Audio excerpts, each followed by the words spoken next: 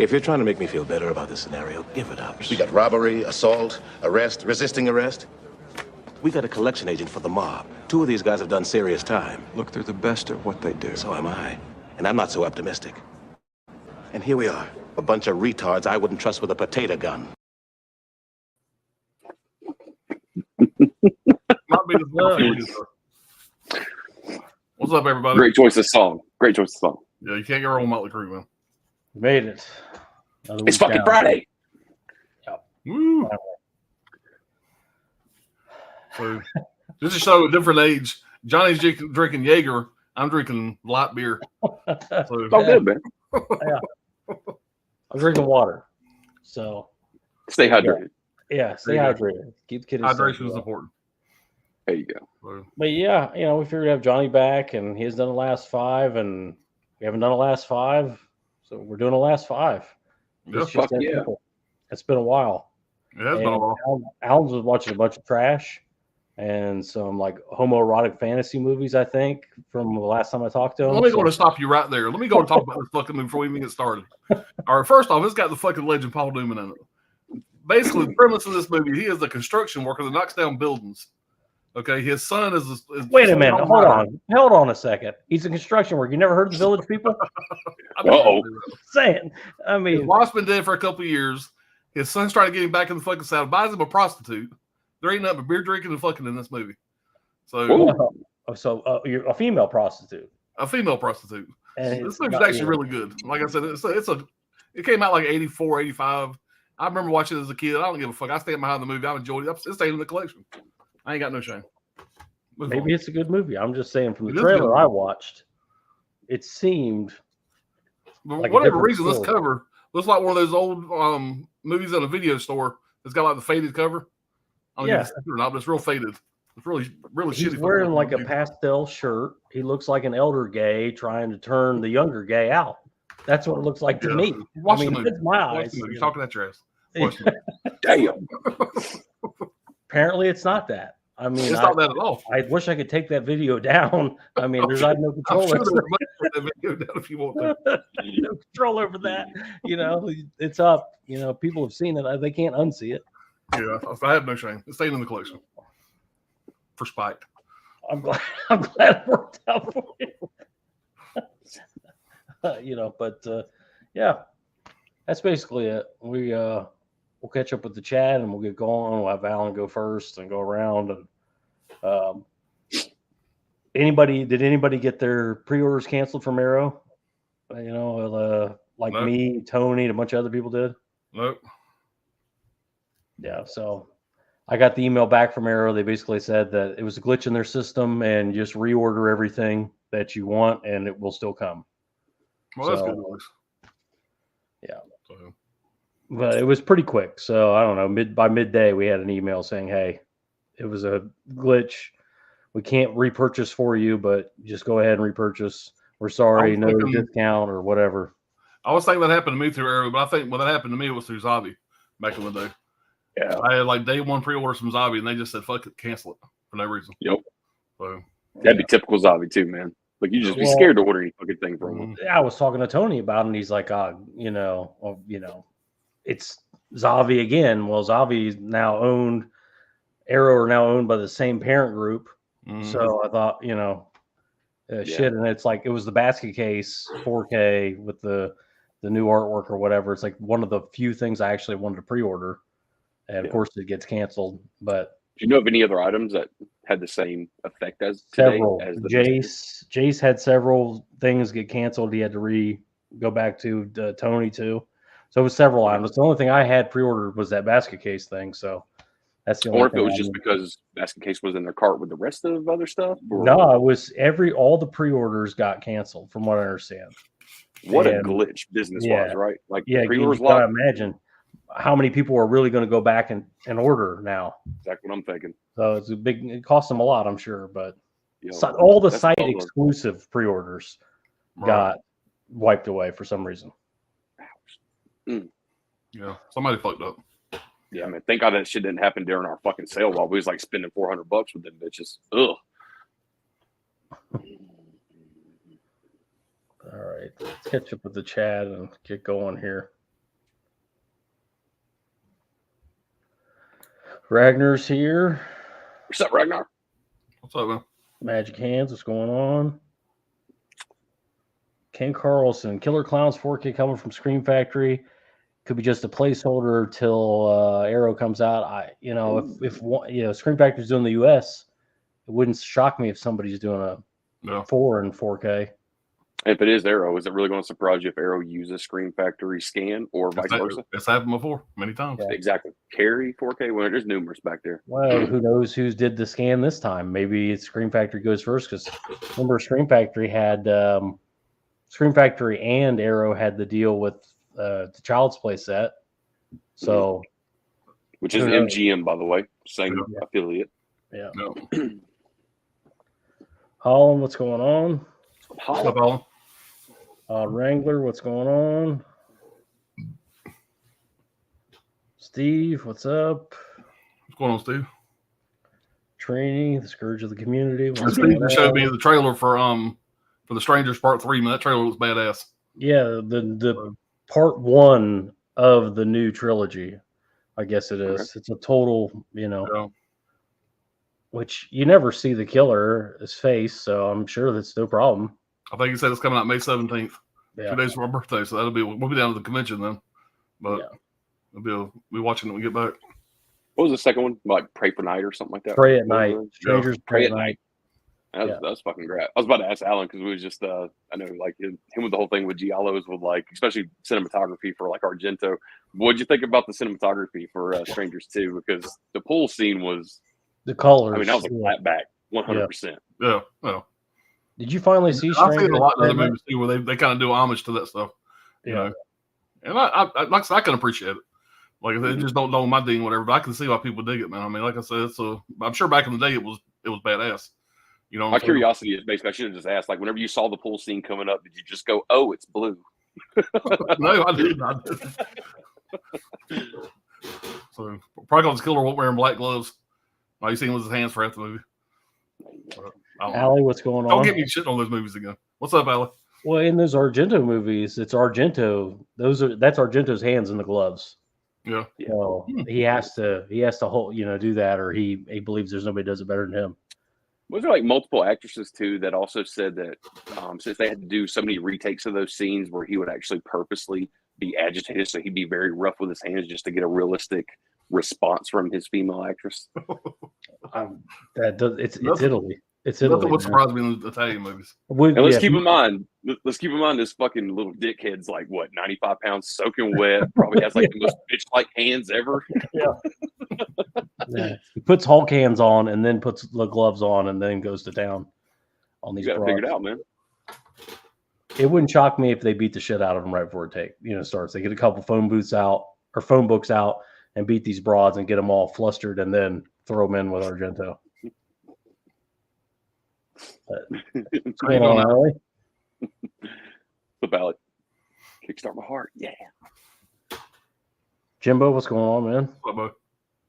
What's up, man?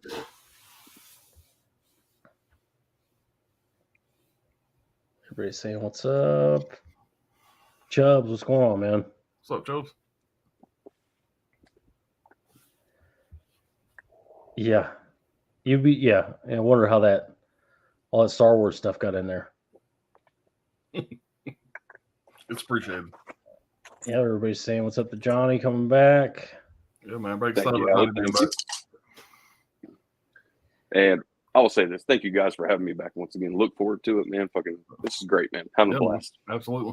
We were just going to gives me a perfect excuse instead of coming home just drinking, watching TV. I can just go here and bullshit with you guys and drink. So, There you go. got an excuse to drink. It's like you're at the bar. That's it, man. Like I said, man, 2024, I'm fucking staying obliterated, man. I'll sober up in 2025, man. We're celebrating this year. 2023. It's a leap gonna be year. a great year. It's a leap year. Exactly. There you go. Exactly. Makes sense. You guys seen the VHS 85? The new VHS? I have not. I just ordered that triple pack. Is VHS 85 on there? It's in there, yeah. Okay. Well, I got it coming then. It's 94, 99, and 85. I thought it was good. Notification today. I thought it was kind of one of the lower end ones, but it's not near as bad as Viral or anything like that. But there's some good But you stuff. still got a favorite segment in that, right? Because you did the during one of the top fives, you actually did like the found footage one. You put like VHS, like fucking all three of them, like back to back to back. I Right? put all 5 segments were VHS, but I didn't have 85. There's now I think 5 VHS movies. Okay. 5 or 6. But none of the 85 was in. There's a good one with like a sniper, I think, on a lake that was pretty good. It's an interesting one. It's not bad. I wish that still would have been the whole set. Why Yeah. did you do 3 of them? It's kind of weird. Yeah. The thing is, they'll probably be 10, 15 of them Yeah. by the time they're I done. don't have those 3 in my collection. That's why I grabbed it. Yeah. So, makes sense. 94 is probably my favorite. I think I only have the first one in my collection, I think. Talking about Shadow Alan Raymond? Cocaine Bear shirt. Yep.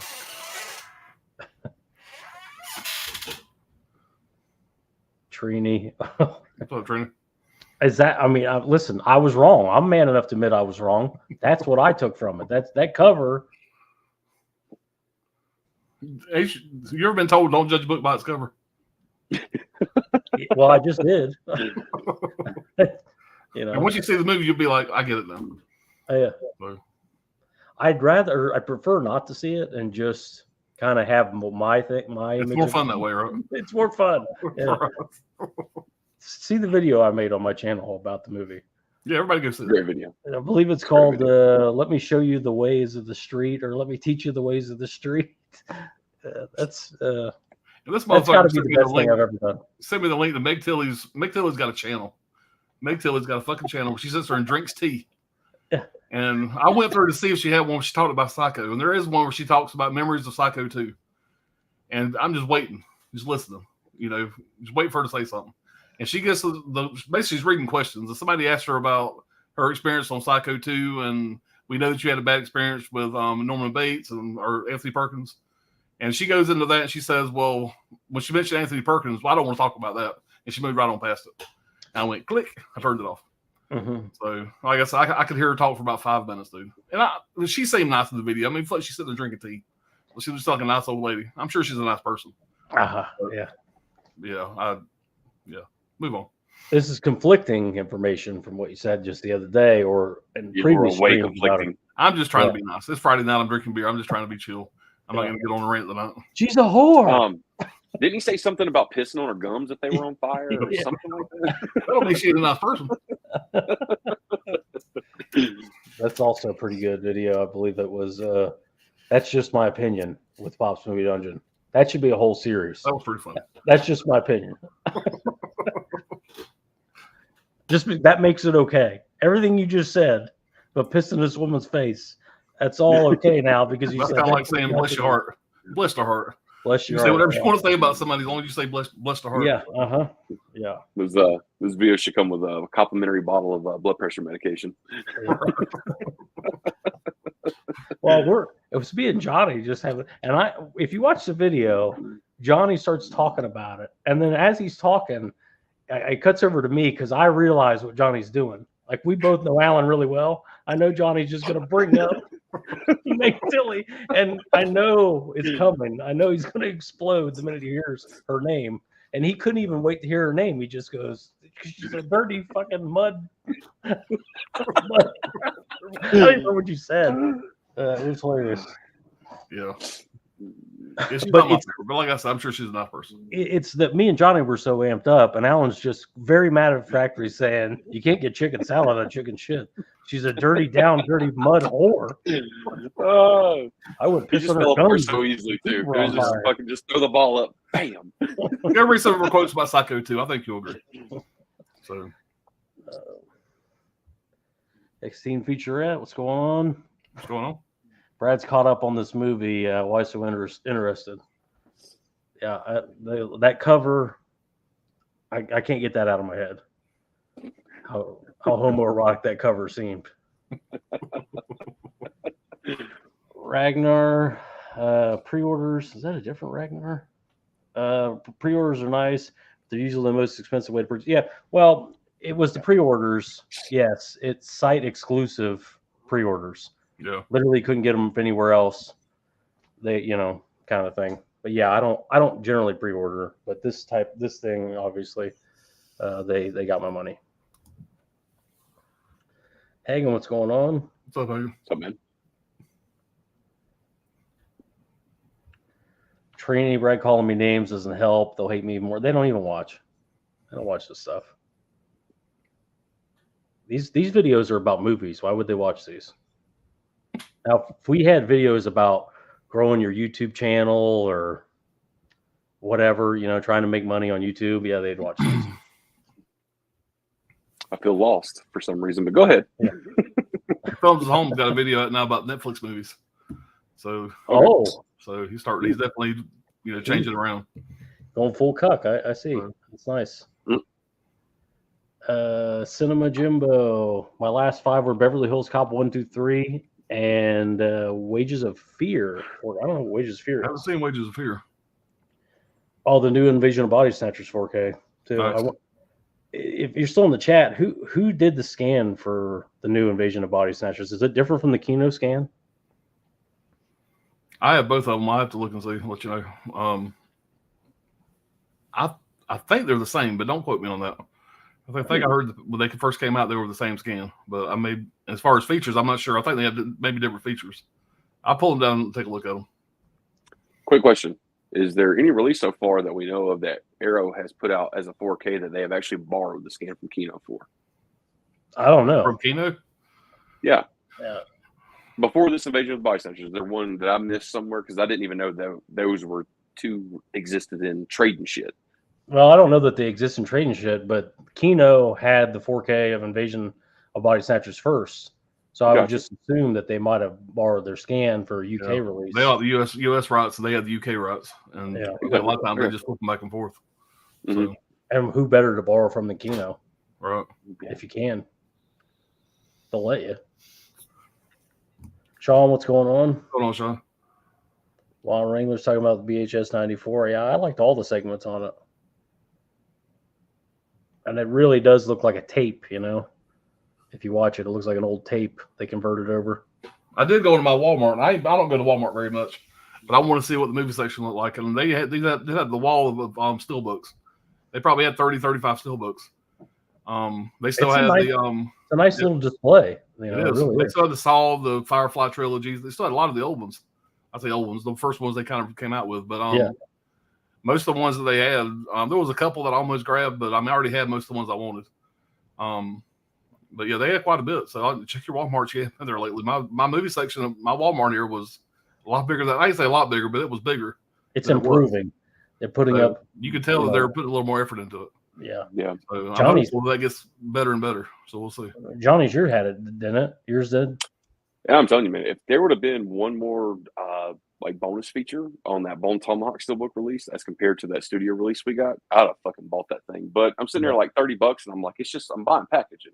If it was 4K, even if it was 4K, exactly. It should have been a 4K. Something else. It should have been.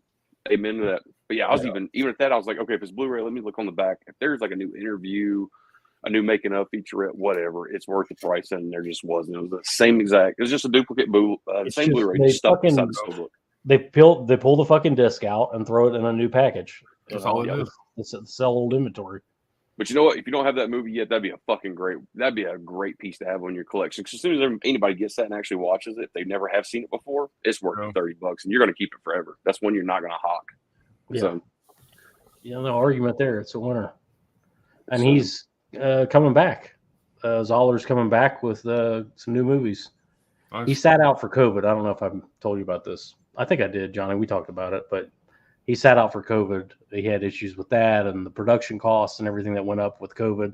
He shoots $5 million movies. He can't be handing a third of the budget over for COVID preparedness and make the fucking movie. So he just waited and continued to write books and all the other shit that he does. So, but he's got some interviews out. If you guys are interested in what Zoller's been doing, he's got some interviews out. He's done some podcasts and whatnot. And it's like talking to Johnny right now. His backdrop is like the same.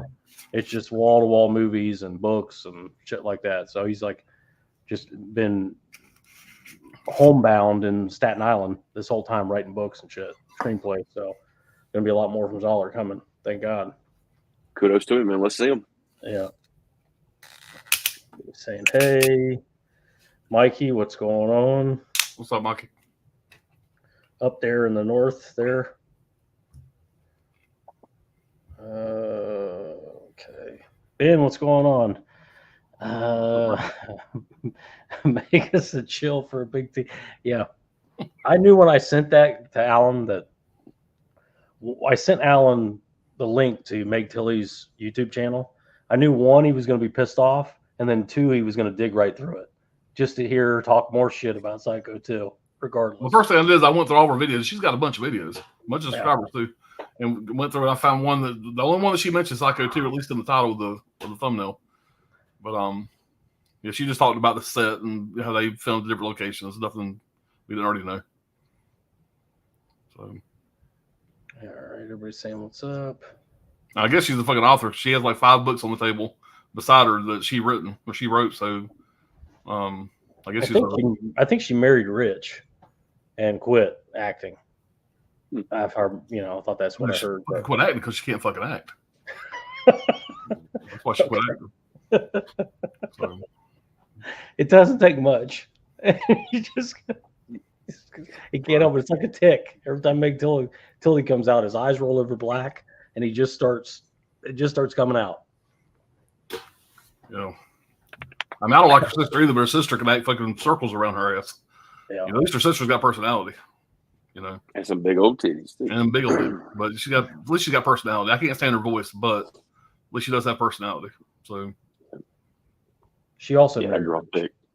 She also married Rich. She married a billionaire. Send him Jimbo. The scans appear identical. I just wanted to get the arrows chunky set. Yeah. The for Invasion of the Body Snatchers. Yeah. Such a great movie. Such a classic. Kano 88. What's going on? All right, we're ready to get to Alan's first one here. Rock and roll. All right, let's get this thing started here. I'm gonna start off with a banger here. This is probably the best one. This is the best one I watched out of this bunch. This is the first time watched. Suspect Zero. Sorry. Man, what a good fucking movie. Let's just start off with that. Came out 2004, directed by E.L.S. Who the fuck? Mariga or some shit. The only thing he really had done other than this is Marilyn Manson videos and dancing videos. A couple shorts, and I think this is maybe 1 or 2 other movies. It was written by Zach Penn. He wrote Ed Norton's Hulk movie, The Avengers, The Last Action Hero, a couple X-Men movies. So he's got a pretty good resume. Then you have another guy, Zach Penn. He did The Hunger Games, Captain Phillips, Volcano. So, a lot of talent behind the writing team. Tom Cruise is an uncredited producer in this. He wanted his name removed for whatever reason, but he's listed on IMDb as an uncredited producer, whatever reason. The main star of this is Aaron Eckhart, which I'm a fan of his. The only thing I can say, he did a really good job with this movie. I will say that, but I don't know if he's really a leading man kind of guy. Aaron Eckhart is more of kind of a co-star. He's really good in that role. He did a pretty good job of this as a leading man, but there were some other people that was gonna do this role back in the day, because this film kind of floated around Hollywood for about 7 years before it finally got made. Sylvester Stallone, Tom Cruise, Ben Affleck were all kind of interested in doing this role back in the day, but they kept getting shelved, and they got busy doing other things, that kind of thing. So, like I said, Aaron Eckhart, I'm a fan of his. He did a good job with this. You got Ben Kingsley. Ben Kingsley steals the show. Yeah. I don't want. Brad, you Johnny seen this? Yeah, I've seen it. I haven't seen it, man. Okay. I don't want to spoil anything, but Ben Kingsley, I don't think this is really spoiling anything. But the basic premise of the movie is Ben Kingsley has got a special gift where he can see things. They call it. He's like an empath or something. It's called remote viewing, is what they call it. Yeah. The military stole it from the Soviets. The Bureau stole it from the military. Called it Project Icarus.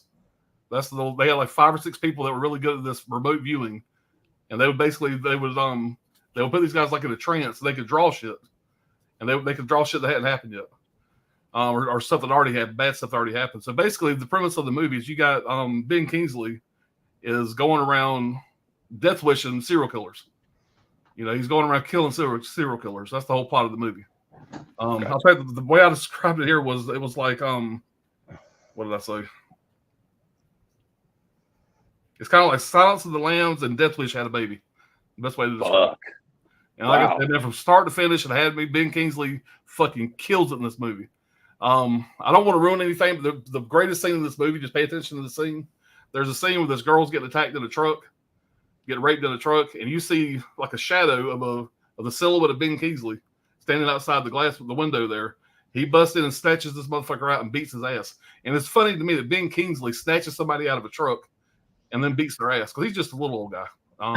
Yeah. But like I say, he kills it in this fucking role, man. I'm a huge fan of this fucking movie. This will never leave my collection. This is a high recommend. I can't believe I'd already seen this.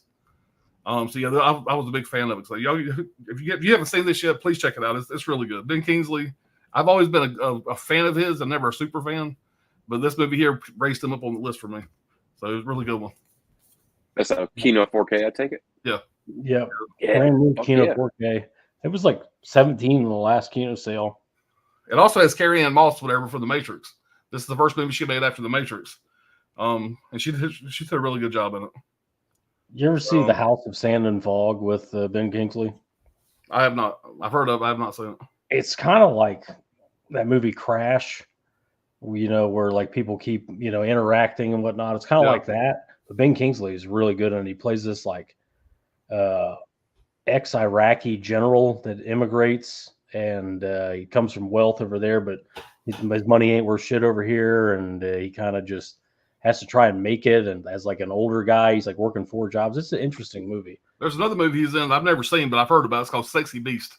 Sexy Beast, yeah, that's like. I've heard that was pretty good. I've never seen it. They're doing a TV show on based on the movie now, I think. Yeah, but I need to check that out. Yeah, good movie, man. Check it out, man. It's really good. You sold me on that shit, man. You're gonna sit there and you're gonna say if it's like Silence and the Lambs and Death Wish Had a Baby. I'm just like, bullshit. Yeah, that's the best way I can describe it, man. It's a very interesting movie. Really interesting. It also has the guy. I wrote his name down here. Harry Lennox, and Brad, I know you know this guy is whatever. He was the general in Batman vs Superman. He's also the guy that would have been the fucking Martian Manhunter. They wouldn't have killed off the goddamn universe. But he plays like the FBI boss or whatever you want to call it. And he does a really good job. I like the way the killer. It's a good MO for the killer, the way it's all set up and everything. But yeah, it's kind of one I think a lot of people missed for some reason. Maybe I never heard of it. When I seen that Kino was putting it out, man, I know you were excited about it, but I was like, damn, what is that? Yeah. What year was that film? I'm glad I got it. Released. 90s, mid 90s, I think. 2000. I wrote it down here. 2004. 2000. 2004. Okay. Felt like mid 90s, I guess. He was fucking super old in that. Yeah. Like I said, watching them pull somebody out of a window, and it's not a small guy, but that's such a fucking. Pay attention to that shot, man. When it shows like the moonlight behind him and his silhouette in the glass, the side of the truck window, yeah, it's a cool shot, man. Very well done movie.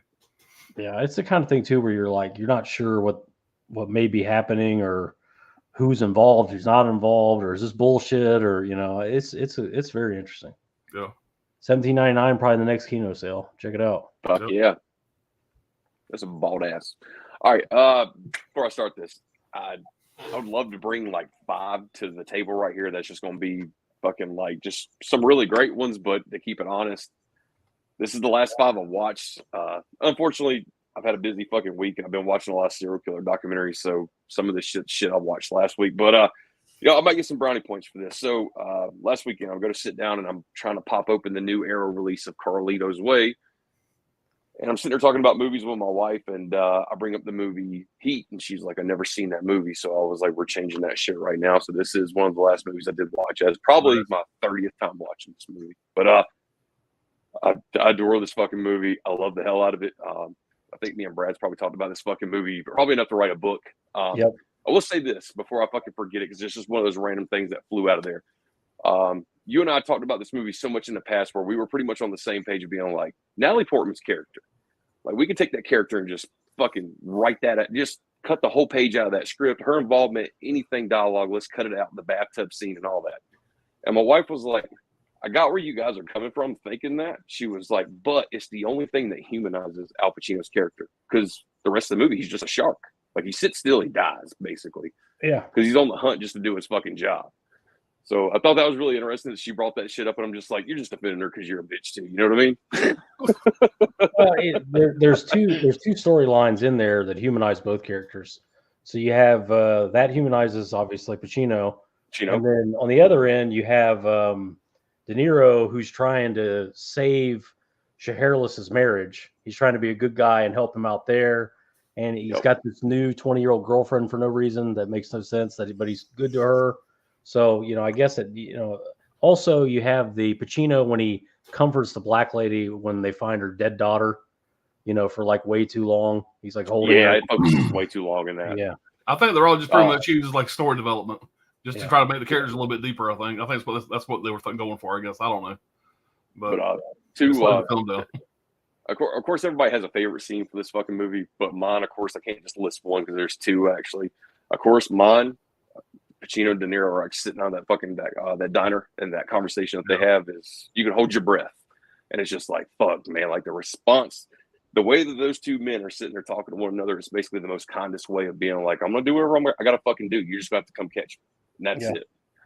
It's either I'm going to get you first or you're going to get me, whatever. I don't hate you, but I understand what you're doing. You're a fucking shark. You got to catch me. But the second scene, of course, is the handoff where it goes so wrong.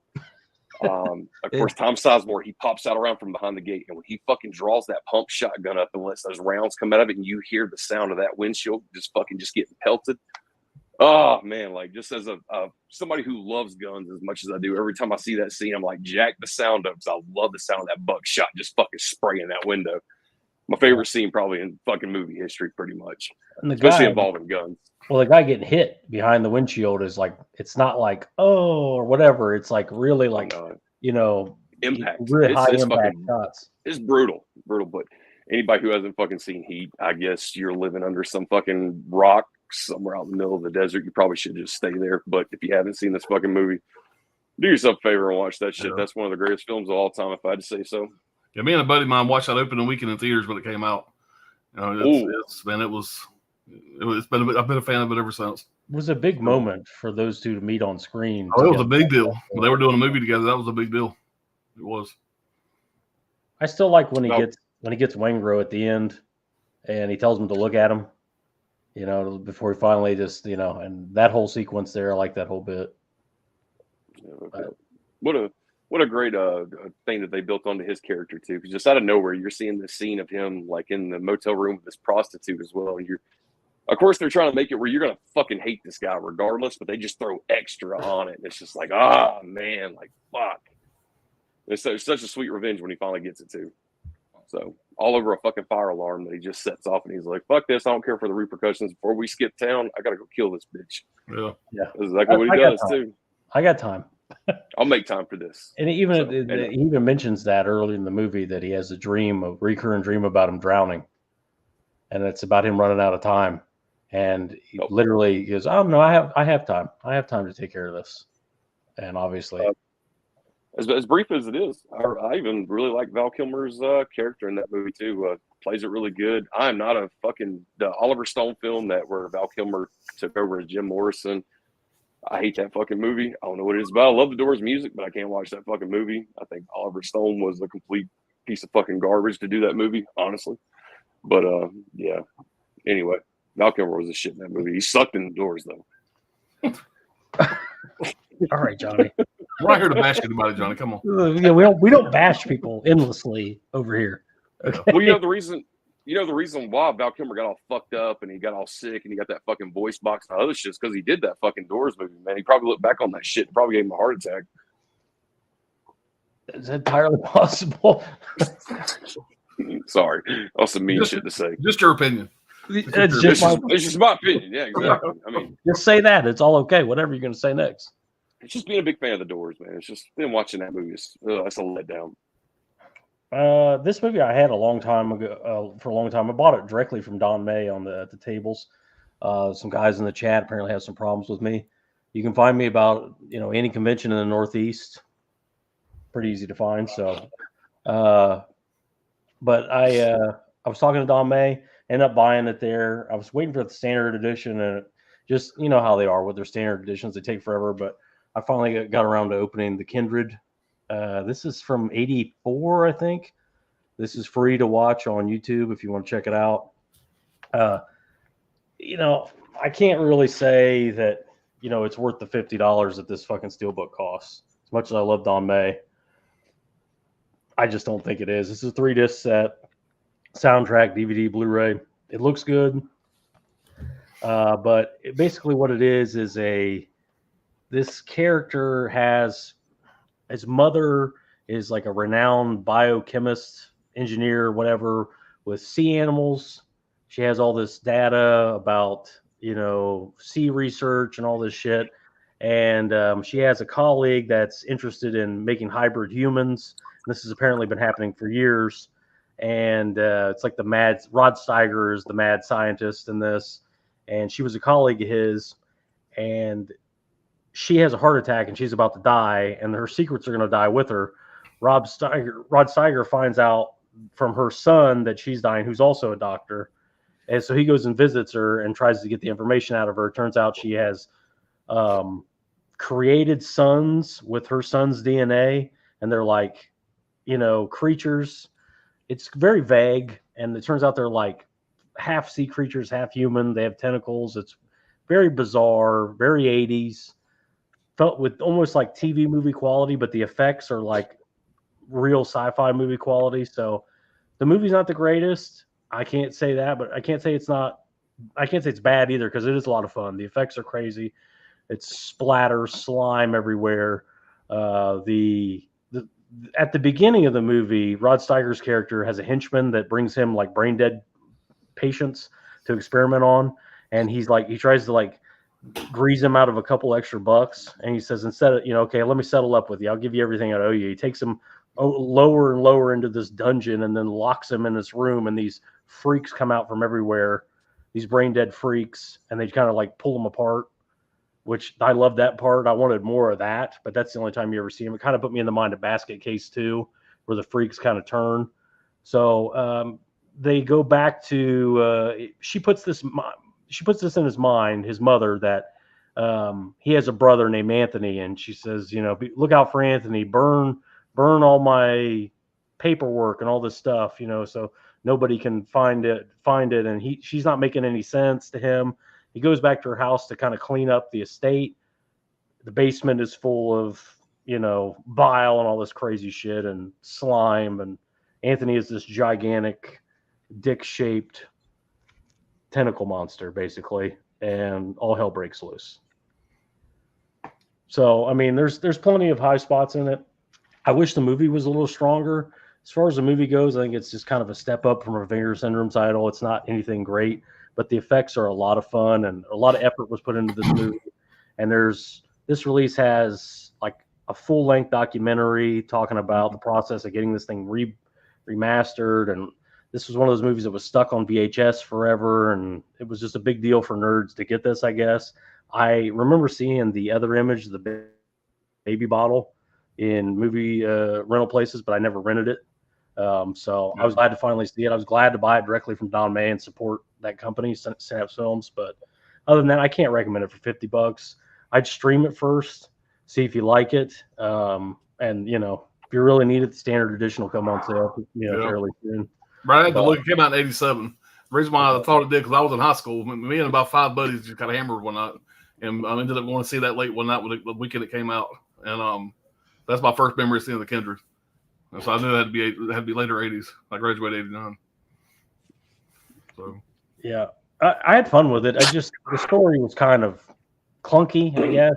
It was. It's so good, but it didn't hold up because I remember really liking it back in the day. Yeah. But I don't think I probably have seen it. I'm sure I've seen it 1 or 2 times in between, but I didn't see it again until years later when that release came out. And it didn't hold up as much as I remember, because I really kind of held it up here, and it kind of dropped for me a little bit on a rewatch. The effects shit didn't hold up very well. Yeah. And, you know, it's that you got to remember when you saw it, and if people saw it in the video store, that would lend really well to VHS. Yeah. Being real, you know, hard to see and things like that. Now that you see everything, it's like, you know, do you really want to see everything? Yeah. In that case. Yeah, 4K is not friendly to a lot of that stuff. Yeah, it's a 4K scan on a Blu-ray disc. I did like it. I'm not going to get rid of it or anything, but that's a hard one for $50 to me. Yeah. But, you know. All right. Scratch Burno, Suspect Zero is a cool film. The director also did The Shadow of the Vampire and The Begotten. Yeah. Okay. Yeah, when I was looking at his filmography, whatever, it was mainly a lot of videos. Like they did a lot of Danzig and Marilyn Manson videos, shorts, and he did have some other movies. Anybody else? So Mikey's Morgue is saying there's some issues with the comments. It's frozen or something. Guys, post a test in the chat. Make sure that this thing's working right. And we're also multi-streaming, so maybe try to go to Johnny, Brad, or my channel, whatever, and see if it works better for you. Yeah, but yeah, we can see it, Mikey. It's just sometimes this stuff happens. We're saying what's up to Chubbs. I posted some test stuff here just to see if everybody can see this stuff. While Wrangler saying what's up, Cinema Jimbo. The Doors movie was trash. Yeah, You know what I'm talking about. Especially if you're a fan of the fucking Doors, man. Like watching that movie just makes Jim Morrison seem like this fucking like a bitch boy, like a poetic bitch boy, basically. At the end of the day, and you're just like, nah, man. Like he was pretty controversial, man. Like he did a lot of fucking shit at some clubs where they were just like they never wanted him to come back just because of his antics on stage, and then they blew up all of a sudden. Everybody was like, please come play our club and shit. Like everybody forgot that part. Like the only thing Oliver Stone wanted to fucking focus on was like Jim Morrison, like, is the next Elvis. He wiggles his hips and all these girls throw their vaginas at him and shit. And it's like, nah, there's like a lot more to that fucking dude than just that. He had a whole band with him that never got recognition to begin with. But yeah, man, whatever. Yeah, I agree with that. That fucking movie was trash. Go ahead, man. I'm sorry. This ends the All cycle. these girls threw their vaginas at it. Might be the best line of the night so far. Yeah, man. Like they make him out to be like have you ever seen that bullshit? Like the hipster kids, like the college, like the long hair college dude with fucking sandals. He's like sitting under the oak tree at college and he's playing his little fucking acoustic guitar to like some stupid skanks and shit. And they're like, oh god, he's so fantastic. They made Jim Morrison out to be that way, and it's like, nah, man. Like he was one of the first artists to really experiment with like LSD to a whole nother level and write some of the greatest fucking music on it. So, like, give the guy some notoriety for that. Like, not that Oliver Stone piece of shit. And Natural Born Killers, that's a whole nother fucking ball game. I praise that movie. That's all great. Whether Quentin Tarantino left some shit in there written and they actually used it, we're not going to go into that. But Oliver Stone fucking dropped the ball in that fucking Doors movie. If you have it, if you want to get good points on me, just make a video of yourself fucking throwing that shit in the fireplace and I'll send you some money. That's just Johnny's opinion. That's just his opinion. That's just his opinion. Got a few cocktails. All right, sue me. All right. You just say that at the end. I see a new series starting, by the way. I see a new series starting. It's coming. It's already coming. All right. If you love that movie, hey, that's great. Everybody's got their likes and shit, and that's all good. But man, I've always thought Oliver Stone was a sniveling ass. So I mean, that doesn't really change anything for me. Wall Street. I like the sequel to Wall Street. They'll probably do a third Wall Street before Michael Douglas dies. Hagen, we were talking about this before the stream, that Beyond the Reach is like Wall Street 3 to me. It's like him retired or whatever, basically. Hagen K, I'll have to check out the director's cut. But yeah, I think it really is. The director's cut of The Town is much darker, and it goes into Ben Affleck's character falling off the wagon basically before he goes back and does this crime. Like it's a crime like they kind of know that they're going to get fucked on, and he decides to get right back on oxys, and I feel it's a lot better than the theatrical cut. Tell me, that's a great fucking movie too. Yeah, but definitely inspired by Heat. I mean, he even says that in the commentary that Heat is a big inspiration for it, and you can tell by the gun battles and all that shit. Ragnar Synapse has beautiful products, but they're way overpriced. The steelbooks are, I mean, I don't know if I'd say way overpriced, but 50, and this is like 50 from 2 years ago, so I mean, what's scary is like 5 years. We'll be going, damn, that's only $50. Yeah. That's what I worry about. Yeah, we had this conversation a little bit briefly the last time where we were just like, here we are. A couple years ago, we were like, God, man, $40, $50 a fucking title. Can't we just settle at 40? And yeah, you're right. 5 years from now, we're probably like, oh, it's only $50 because every other title is like fucking 75 at this point. So one thing about these steelbooks, I don't know what it is about Synapse steelbooks, but they're way heavier. They're heavy, yeah. Quality. than the normal Steelbook for some reason. Yep. But I love the company. It's a small They Michigan don't put company. out a lot of shit, whatever. I think I Yeah. got 3 of their steel books, maybe 4. Yeah, They don't put out a lot of shit, whatever, man. But when they put something out, man, you know you're getting quality. it's going to be There's no perfect. doubt about that. Don May Not does to the mention- subtitles, right down to the subtitles he does. So Yeah. it's all one guy. Ask yourself this too: whenever you buy a Synops product, are you really worried about a replacement program? Zero. Barely ever happens. That's what I'm saying. They just pay attention to what they're putting out and put out quality shit. And I really appreciate that. Me too. Like I said, when I talked to him, it was like talking to Johnny or any of these fucking weirdos. It was just a regular physical media fan that happened to own a physical media company. He liked releases from all different companies, all different shit. I had a bag of shit there. He's like, "What did you get?" And talked about rights issues and all kinds of stuff. And back then, there was some beef between him and Vinegar Syndrome and all that stuff over the Thriller release. He said that's all bullshit. They're just saying that to build up their release. They're just saying that to. He's like, I have a fucking meeting with them, And it worked. Everybody was talking about it for a month. Yeah, and it's sold. He said, I'm selling a lot of copies. They're selling a lot of copies. I'm not going to argue with it. I'm not going to go, oh no, everything's fine. Stop buying them. What am I going to do? Say stop buying the fucking movies. So kind of sad, but it's like one of those things where like the shitstorm, like the spectacle of the shitstorm was a lot more entertaining than the actual movie. That was. I know Brian wasn't a fan of that one. I'm sure Brian, shit. Johnny was not a fan of that one. Whatever. I love that fucking movie. So. I mean, I own 3 copies of it, but it's somewhere. Where's that piece of shit at? Yeah, I got one right here. That's a great release. release. We got. Yeah, that one right there. That's one of my favorite releases, man. That's awesome. Well, Vinegar Syndrome did a great job on the release. Well, yeah, $55. It was worth it.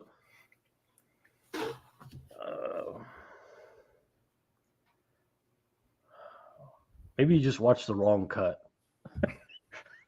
I watched both cuts. Yeah, I watched the one where they're not fighting in slow motion. Yeah, we were watching it. We were all watching it together. Now Johnny's just like, "What the fuck is this? What is happening?"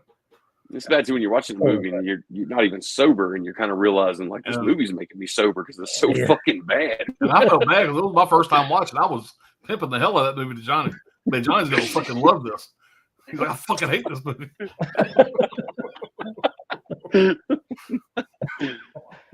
Dave G, what's going on? I'm watching it with my wife and shit in the living room while we're all on Discord just watching it. And then all of a sudden we get to see the glazed donut scene where I'm like, oh no. I'm looking at my fucking wife and she's grossed out and I'm like, oh fuck. Oh, can we stop this movie now? This is garbage. My only complaint with it is the off-screen ending. You set up that big long setup with the horse and all that. Yeah. And then that's all off screen. I guess they didn't have really the technology to pull it off, but if they would have nailed that, that would have made an impression for sure. While we were going through all that, like it seems like forever now ago, but while we were going through all that, I remember like through Instagram, like there was a few people who hit me up because we did our videos where I was just like, I don't see what the fuck you guys saw in that movie, but it was garbage or blah blah blah or whatever, and they're like, you talk about these fond memories of like being a kid going into the video store to get I Spit on Your Grave and like being such a big fan of that movie still, but you hate Thriller. It just makes no sense. And I'm like, well, I Spit on Your Grave was a great fucking film compared to that garbage. So you like what you like. I mean, I did like it, but I think it gets a lot of fanfare because it's foreign, because it's a foreign product from back in that era. But that eyeball gag, I love it. The way that all worked. I think it's funny that the 4K, which I thought the 4K looked good, but even on the 4K, you still got the pubic hair. That one pubic hair that stays there for about 5 minutes. Yeah, it's like, come on, man. Clean your camera off, dude. Dave G, what's up? Already need to rewatch the Kindred. Yeah, you can stream it. It's a 720 copy on YouTube. Check it out. Like I said, if you like practical effects, sludge, slime, you'll have fun with it. But it does, like the story and the acting feels like made for TV quality, if that makes sense. It kind of puts me in mind of Ticks. Ticks is a fun movie, but I would say Ticks is better than the Kindred, but also has like kind of campy dialogue and strange acting. But Rod Steiger's pretty fun in it. He's covered in slime for. It's like a Nickelodeon movie by the end. Everybody's getting slimed. Best part about Great it, comparison. watching Carlton be a gangster. Yeah, Carlton and that's, Tiggs. that's the best part. I got a kick out of that. Gangbanger. What was his fucking name? Like Trimmer or something? Yeah, something like that. Yeah, because I'm never scared or whatever. I don't remember what it was. It was he's like a 4-foot Carlton. Yeah, that's funny. Cool, Dave. Glad it's working. So Coley, what's going on? What's up, buddy? Steve saying the band came out against Oliver Stone and the movie after it was released and said it was all a good representation of Morrison, and the good part of it was fabricated bullshit, and a good part of it was fabricated bullshit. That's Oliver Stone for you. Johnny just bite his Like, no matter what, man. Like I just gotta fucking think. I'm like, yeah, man. Like I'm not gonna take. I'm just not gonna take Oliver Stone's representation of fucking Jim Morrison. I just can't do it. I mean, you've seen Oliver Stone's movie Kennedy, or what is it called? JFK. JFK. That is just, Kevin Costner. That is just ridiculous. That I mean, the script that is so complicated and bizarre, and it was good performances and all that stuff, but I don't know. This just goes so many different directions, and it's like it's a conspiracy that benefits who. It just was weird, and it's like 4 hours long or some shit. I don't know. I've just never been a big fan of Oliver Stone, but hey, that's just my opinion. So, kudos to Val Kilmer for giving an attempt to go for that role, because I'm sure that shit had to be stressful as hell. But I just think the right guy to direct him in that way was not going to be Oliver Stone. Like they should have let somebody else take the charge of that. Yeah, and they just started with a whole different script to begin with. Somebody who was actually educated on the Doors, like Martin Scorsese did the whole thing with the Stones. Like this, Rolling Stones still his favorite band. Even when he did his documentary, like he did a whole film based on the Rolling Stones for their show. And even he was like, I'm such a big fan of them, but it's really weird to be so let down where they know that I'm a big filmmaker and I'm shooting their movie, but they refuse to hand me a fucking set list of what their show is going to be before I film it. And they're like, fuck you. Just because you make a movie and you're all great doesn't mean you're going to know the songs before we play. I was like, I kind of respect them for that. Like that was a cool idea. So when I heard him bitch about that, I was like, I'll watch your movie, dude. Fuck it.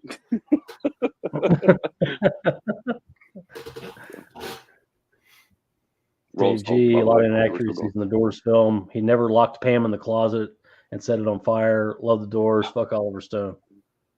Amen, Dave. Amen. But hey, that's just his opinion. It is. Rob Wrangler, yeah, check it out, especially if you have the director's cut of The Town. It's a winner. Dave G, own all the Synapse Steelbooks. Good thing if you're not forced to buy them, the Steelbook can wait for the stripped down standard release. That's my only complaint about Synapse is they always say we're not doing a standard edition. We have no plans of doing a standard edition.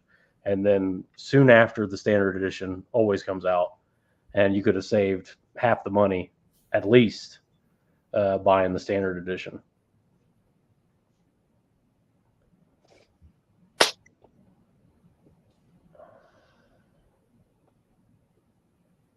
Don't lure you too much into it. Just let's keep going.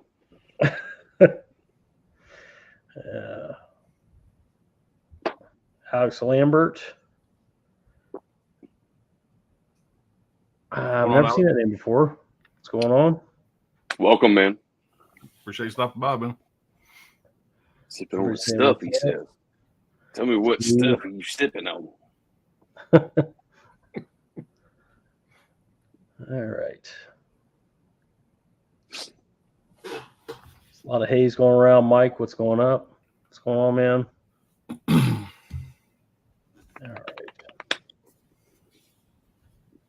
All right, we're on to the next one here.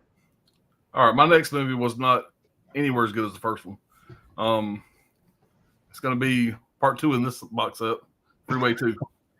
I'm a huge Confessions of a Trick Baby wasn't a winner. I'm not sure why I bought this box set. This first movie here, if you hadn't seen it, high recommend. I love this fucking movie. It's so fucking awesome. I don't know. I love that movie. I can watch it once a week. This one here is a huge drop off. Now it's not a sequel. It's his own movie. I didn't realize going into this, whatever, because I knew nothing about this movie, even though it even fucking existed until Vinegar Syndrome put this out. But it's kind of the girl in it from fucking American Pie, Natasha Lyonne. This might be a hot take, but I think she's the hottest girl from American Pie. I always thought that. So remind me what character she is in American Pie. She's not the main character by no means. I don't know. I can't remember her name in American Pie. Jessica, I think. Is that right? She's like the lesbian girl in American Pie. She was Jessica in American Pie. But anyway, the movie itself, you got basically she's bulimic. So most of the fucking movie is just a bunch of girls throwing up. It's not interesting. What this movie lacks that the first one has is, I'm not going to say well acted characters, but it's characters that you enjoy watching. They're so fucked up, they're enjoyable. They're all, you got Reese Witherspoon, you got Kiefer Sutherland playing these fucked up characters, and it's just interesting to watch. This movie here, you don't give a shit about the characters. There's very little character development.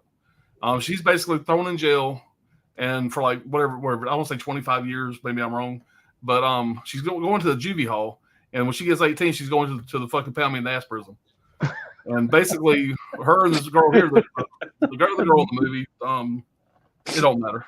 She's not a great actress at all. So basically, they bust out of jail and they have a fucking rampage going to Mexico. A lot of throwing up.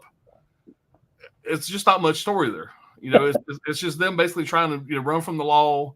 They randomly kill somebody. They have some bad interaction between each other. Very bad acting. It just falls flat compared to the first one. This is a huge fucking drop off. I would recommend this to anybody. If you're a fan of the first one, don't be excited there's a part 2 because it's not. Basically, the first movie was a take on Little Red Riding Hood. That was kind of the backdrop of the movie. This is kind of a take on Hansel and Gretel. That's what this one is. And there's one scene, and there's not a lot of Hansel and Gretel in this. There is. But there's one scene where they're going through the woods trying to get lost. Hansel and Gretel will throw breadcrumbs. These bitches drop crack rock. They got a big old bag of fucking rock they found. And so they're dropping crack so they won't lose their way. I thought that was kind of funny. There's a couple of decent kills in it. Nothing great. Very fucking forgettable. I don't see myself ever watching this again. But now that I got this fucking box set, I guess I'm keeping it. But yeah, like I said, I was very disappointed. I knew it was not going to be anywhere as good as the first one, but I was hoping it would at least be, so bad it was good kind of thing. It was just very forgettable, very just middle of the road, nothing to it. And this guy here, whatever, the fucking dude with the big fucking chin, he's basically a fucking nun transvestite. Very uninteresting character, very weird fucking character. Nobody gave a shit about. It's like the Wish version of like Black Phone or some shit. Yeah. I was really disappointed. I was hoping to get some enjoyment out of this, and I just, I'm a fan of hers. Like I said, I always thought she was kind of hot, but yeah, man, it was such a letdown. But go see part 1, fuck part 2. Hey, I love the part 1. Actually, you would call me like I think it was Friday night. Joe Bob had showed it. You'd call me that Saturday. And you were like, hey, like I fucking hear Joe Bob showed the first Freeway. And I was like, man, like I thought like the first 30, 40 minutes of that movie was just like, oh man, like I done got myself into some garbage. But as soon as that car fucking pulls over, Kiefer Sutherland pulls that car over and that conversation fucking starts, it's like, ooh, yeah, that movie goes lightning fast. One of my favorite characters in the first one is the piece of shit stepdad. When the stepdad and the stepmom are cracked out and they're fucking laughing and shit, that's so fucking funny. And that character, the guy that plays the stepdad, he's the only character that's in this movie. He plays like a hobo in a train, just a little small part, whatever. But yeah, that guy was great in part 1. Just what a fucking loser. But yeah, man, part 2 was just, it should have got made. It's the same director, but it is not the same movie by no means. The scene in the courtroom for the first one too, whenever they finally Will Sutherland's character into the courtroom, and she's just sitting there like just mocking the fuck out of you too. Man, she's like, look at that piece of shit. And something else about part 2 to keep an eye on is the judge, but they show the judge twice. The judge is played by John Landis. The director, John, whatever reason, nice. He has a cameo as the judge that sentences the girl. Did I take any notes about this I want to talk about? Probably not. This is the best quote in the movie. When I borrowed, I said she was bulimic. please don't take this out of context. I'm quoting a fucking movie here. When I barf, it makes me think of the first time I blew my dad. You know, there's a lot of lines like that in there. They're trying to the first one, you know, and it just I don't know. I had some thoughts. Or anything interested in my thoughts? Probably not. I'll sit there take thoughts while I'm watching the movie. When we're doing the stream. They do a lot of shit. You thought enough to write that? That's something else aggravating. You thought enough to drop that quote down. What's that? You thought enough to jot that quote down. I thought it was funny when she said it, but there's a lot. They do some shit that ain't entertaining and ain't funny, and they laugh hysterically, and it's like, Jesus Christ, please get me out of this movie. What else do I have here? Most of the movie is just them barfing from eating disorder. Yeah, that's it. That's all I got to say. Fuck that movie. You know, just a quick little side note, right quick, but before we go on, I honestly think, man, like I'd probably watch a lot more films if some of these companies actually hired you to write their little banner, like their little bullet notes on the front of the movie posters. Like, because dude, you just spit out two right there. All of a sudden, it's like the first one's like if Silence of the Lamb and Death Wish had a baby, and now we're sitting at the blowjob with my dad, and it's like, oh Jesus Christ, man! Like you probably put that on the cover. Get some traction, yeah. Man. Hey, draw your attention in, right? Yeah, man. I think what's his name? Troma Films. What's his name? Kaufman. Lloyd Kaufman. He should hire you, man, just to write those little fucking bullet points on his films. I think it'd go perfect. Hey, I can use the Brad, gig, man. Tell him to call me. Fuck. Hey, Hey, making the money on YouTube, that's for sure. Brad showed a Synops film. Just so happens I got one right here too. I always go to this box set, even though I had the Arrow Video one, which is a little bit of the fancier set, I would say, of Demons 1 and 2. But I show you this one right here is beautiful. Both films of this, I think Synops did the best job on these. It's a lot easier to get in this fucking packaging, by the way, than otherwise than open up an elevator box set. Yeah. Just like that free one. He just opened up there, but I got a J card wrapped around it. And Every time you take it off the shelf, it just falls apart, it seems like. It does, man. And it's just like, you know what, man? It's going to take me fucking 15 minutes to get the fucking disc out of the box, but I can just go to the shelf and grab this one. Honestly, it's a better transfer. But that's Don May for you, man. Like they took like 7 months just to put the scan together, and unlike Arrow Films, they wasn't trying to do 26 movies at once because they had a release schedule ahead of them. That's just my opinion. But yeah, Demons 1 and 2 from Synops right here. I pop this in usually like there's a little side note, like Sundays in my house, like usually most people are at church or whatever. It's usually like the Sunday morning is like the time me and my wife is going to spend the most time together, get them cook breakfast and shit like that. And I try to always pick up like a really fucked up movie to watch on Sunday. So Demons 1 with the gore effects, of course, I went straight for it. So, you know, while the kids are like eating their eggs and shit in the background, you're seeing like all the bladder effects busting out of bitches' necks and shit. So it's just appropriate with the sunny side up eggs, you know. But yeah, Demons 1 and 2 for sure right there. If you don't have that Arrow Video box set, you kind of want to get something a little easier to get into. I assure you the 4Ks on here. This release and maybe 3 others is probably the best 4Ks I would probably say I own. And when it comes to Synops, their 4Ks, I say Synops 4Ks are even better than Blue Underground, and that's a lot to fucking say. So yeah, Demons 1 and 2, you can't go wrong. Yeah, Blue Underground actually sends all theirs out. Somebody else does them for Blue Underground. But I guess Lustig is so particular that he kept sending the shit back. So every time they get something from Blue Underground, they have to fucking do it to the 9s, or they know it's going to go back. So yeah, it's a different. I mean, I don't know. Like that came up when I talked to Don May too. That Bill Lustig is still around, but he's just fucking old. He's just old, and you know he's just doing what he can to get by, basically. And unfortunately, that's kind of it's going to be a holding pattern for a while. I guess. You know, I'm especially when it comes to Bill Lustig, man. He's another one. I would put like as my favorites. Like he's right up under fucking Frank Henenlotter for me, because both those guys were during around that time of like the gritty New York era, where you go like on 42nd Street and you would see kung fu porn movies all in the same fucking cinema, and to see like the documentaries those guys made for like 42nd Street Forever. Some of the special features we got on some of the Frank Henenlotter Arrow releases, where they were revisiting the New York sites where all these old fucking kung fu theaters used to exist. And to see Joe Bob Briggs talk about those same exact theaters and having Frank Henenlotter on talking about that shit, and William Lustig was another one. So, yeah, it almost makes me want to say, like, fuck, man, like, I wish I was around that time in New York and I was, like, alive at that moment, just enjoying, like, that grittiness of the shit. So, I don't know about the whole thing of like walking in a theater and your feet are sticking to the carpet because somebody else's jizz had done dried on the floor. Not that much. Yeah. But like to see the shit that they were showing on the silver screen, absolutely, that'd be a different story. Back then, there was no other way to see this stuff. You'd have never seen Basket Case or any of this stuff unless you saw it there, unless you were there and part of that time. Nightmare to Damaged Brain. I mean, you would have never seen that anywhere else. And right there. Now it's obviously much different. You can see anything anywhere, but back then it was a whole different time. And I only said jizz just because Alan said blowjob earlier, so it kind of opened the gateway, opened that window, and I just kind of slipped right in there right quick. Friday night, chemicals are flowing. All right, so my next one here, rewatch this. I watched it for a second time. I did like it. It wasn't quite as dark as I was led to believe. Tony actually recommended this to me. I think it's 1986. It's a British film from the Seven Kids line, When the Wind Blows. I don't like animated stuff. This may be the only animated movie I own, I would think. But it was like real animation. I watched the making of. It's a full-length making of documentary on this also.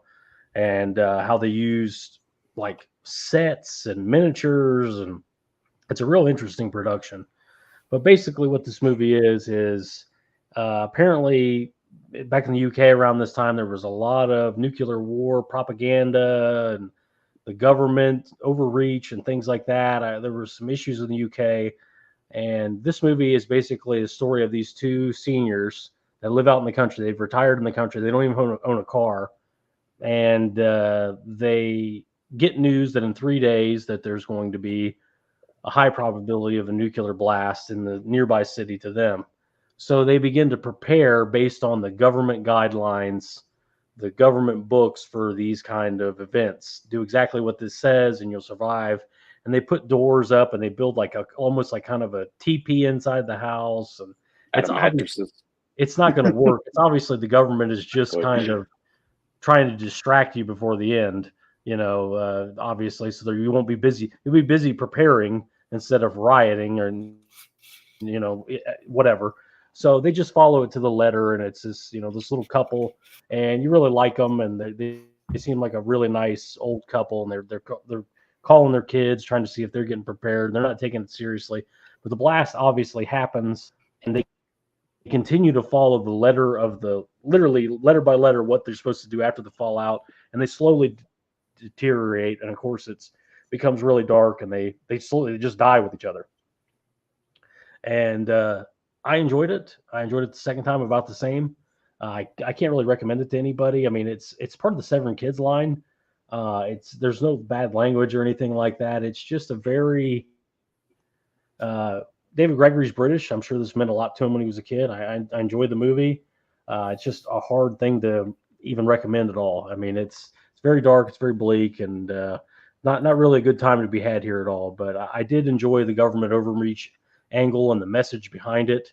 And so if you're into apocalyptic movies and you're looking for something a little different, maybe something a little more lighthearted, and it does have quite a bit of humor in it too. But like I said, I've enjoyed it. I was glad to get it in the last sale, and I don't get too many recommendations from Tony. Surprise, surprise. We don't really like the same movies usually, but if you can get it cheap enough and you're into the Severin line and Severin Kids line, I would recommend picking it up. You seen that one, Alan? I have not. Yeah, might want to skip that one. Yeah, I don't have to be Severin Kids items. I think I have the peanut butter solution is the only one I got, I think. Yeah. But even with that said, and I'll bring this up. I'm not trying to just trying to defend it, but you remember from Severin, even we got the movie Threads. And that movie was controversial because they, for some reason, decided to air that fucking movie back in the day on a school night where all these families were sitting around with their fucking TV dinners watching that shit while in the midst of everybody being scared of nuclear fallout, basically. Same thing with that movie. When I got that movie, it was pretty much everybody telling me look, when this movie was showed, it was imagine being in fourth grade and your teacher showing you that movie. Yeah. Being your brain's not fully fucking developed. You're just a small kid. You're scared to death. You got Reaganism going around, which everybody's if nuclear fallout happens, just hide up under your desk. And you see a movie like that, and it's like, what the fuck is the desk gonna do? Like they hit up on our mattresses in their house, and they still fucking died. So, Yeah. but still though, man, I watched that movie with my kids and myself, and I'm telling you right now, like that movie is like Peanut Butter Solution. That's a great happy movie to watch with your kids if they're really young. That movie, you watch that with your kids, you'll probably fuck them up. You'll probably pay for therapy. Yeah. They're such nice people, and they live in the country, and it's idyllic setting, and it just it's a really nice animated, proper drawings, and the whole bit, and it's really nicely done. It's an odd choice for Severn. If you go down to that bottom comment right there, where the wife right there just chimed in, she's like, "Yeah, we watched that movie When the Wind Blows as a family." That was my bad. You see that Severn Kids thing, and you're like, "Oh, yeah, great! It's for kids," And like I said, I remember Tony recommending it, and I love apocalyptic movies, and I really like the whole government angle. And you can really tell it was obviously just bullshit, all the shit they were having them do just to stay really busy, so you can't be fucking around outside, basically. Yeah. I was lucky enough to meet Zuli and sorry to cut you off. Meet Zuli and whenever we went up to orbit, whatever was it, year before last. And I remember my wife, Zuli, Johnny's wife, and my daughter went off, looking at shops, and left me and Johnny inside orbit. And I'm sure my wife was going, Jesus Christ, this is gonna hurt. But I did pretty good. I think I only dropped what I buy. I probably bought 4 or 5 titles. It wasn't bad. It wasn't bad at all. Me and you both were pretty much like, hey, like we own most of this store already. Like we just need the shit they just got in. So it wasn't nothing that was like I was dying to get. But we went back and watched fucking Bad Boy, because Johnny, being a fucking movie lover he is, on vacation, he brings his fucking VCR, his fucking Blu-ray player and everything for us to watch movies. So we went back to the hotel and watched Bad Boy Bubby, whatever. And yeah, it was fun, man. It was a cool trip. I just wish we had what he failed to mention is we actually went downstairs and begged the bartender, could he make us some cocktails so we could take to the room? So we could see that fucking movie. We need road drinks. We need road drinks to go. Yeah. Yeah, they when that film came in, I think that was one of the movies where, especially when it comes to the few Severn Kids films, like it's just being the fucking degenerate asshole I was like, you know what? Babe, don't worry. I just dropped $1,300 on the fucking Black Friday sale, but I got these movies that's coming in we can watch for the kids too. So yeah, that's how you sell it. That's how you sell it. Yeah, it's the kids line, you see. I put that movie in and they're just like, oh no. Mrs. Walker saying, we thought you guys were going to be in there all day. Shocker. All right. Catch up with the chat. Alex saying absolutely enjoying some of that. I don't know what that is. I have no idea what that is. Was it Hayden is Irish, so Dave, have you guys talked about the Houses of Doom box set from Cauldron? I've heard about it. I haven't. I'm not familiar with what's in that. Me neither. I went to go actually kind of like look at the spine of that box set today because I just want to see the titles of it, and I was like, Basil Hayden is a bourbon. Basil Hayden is a bourbon, by the way. There you go. There you Good go. for you, man. That's the stuff. That's the stuff he asked him when he was drinking earlier. Yeah. Sydney, what's going on, man? Look, Sydney, throw some questions, man. Recommendations. They're coming. Sydney recommendation: Disgrace, 2008, directed by Steve Jacobs, John Malkovich, Natalie Becker. Drama, 3.5 out of 5. I think it was Sydney that recommended one the other night that I did watch. 5 Minutes of Heaven with Liam Neeson. Mm-hmm. Solid movie, man. It was pretty damn good. So y'all check that one out if you get a chance. Rob, what's going on, man? What's up, Rob? What's up, Rob? Jetstream, what's going on? What's up? Rob showing. Oh, cool, man. Yeah, cool. Appreciate it, man. Thank you, Rob. I'm Much assuming love, this is a friend of yours, Alan. It is. Me and him grew up together. That's the inside joke. But Mike, don't worry. I'll be sure to send your mom back after the stream. Ask her to shave her back. Jesus Christ. But me and I've known him since fucking first grade. Man, we've worked together 25 years. He's a good dude. Damn. You said 25 years? Legit. We went all through high school together, all through school together. Then we worked together for 25 years. I've known that motherfucker since first grade. So that's like 55 years. It's a long You time. said that's Robert Motto, right? No, Mike No. Johnson. Mike Johnson, the guy right there. Oh, my bad. My bad. Yeah. He's a good dude. Wrangler tagline Pops movie Dungeon 11 out of 10 Armageddon with the front case. Yeah, he actually has his own tagline for his Armageddon. I set. do. What's going on? You're saying what's up? Talking about that liquor. I never dropped Basil Hayden. Movie recommendations from Sydney. The Believers 87. I know this one. Yeah, that's got fucking That's- what's his nuts in it? Martin Sheen. I think Martin it's got. Sheen, isn't it? Goddamn, I can't ever think of his fucking name. The guy from fucking Digstown.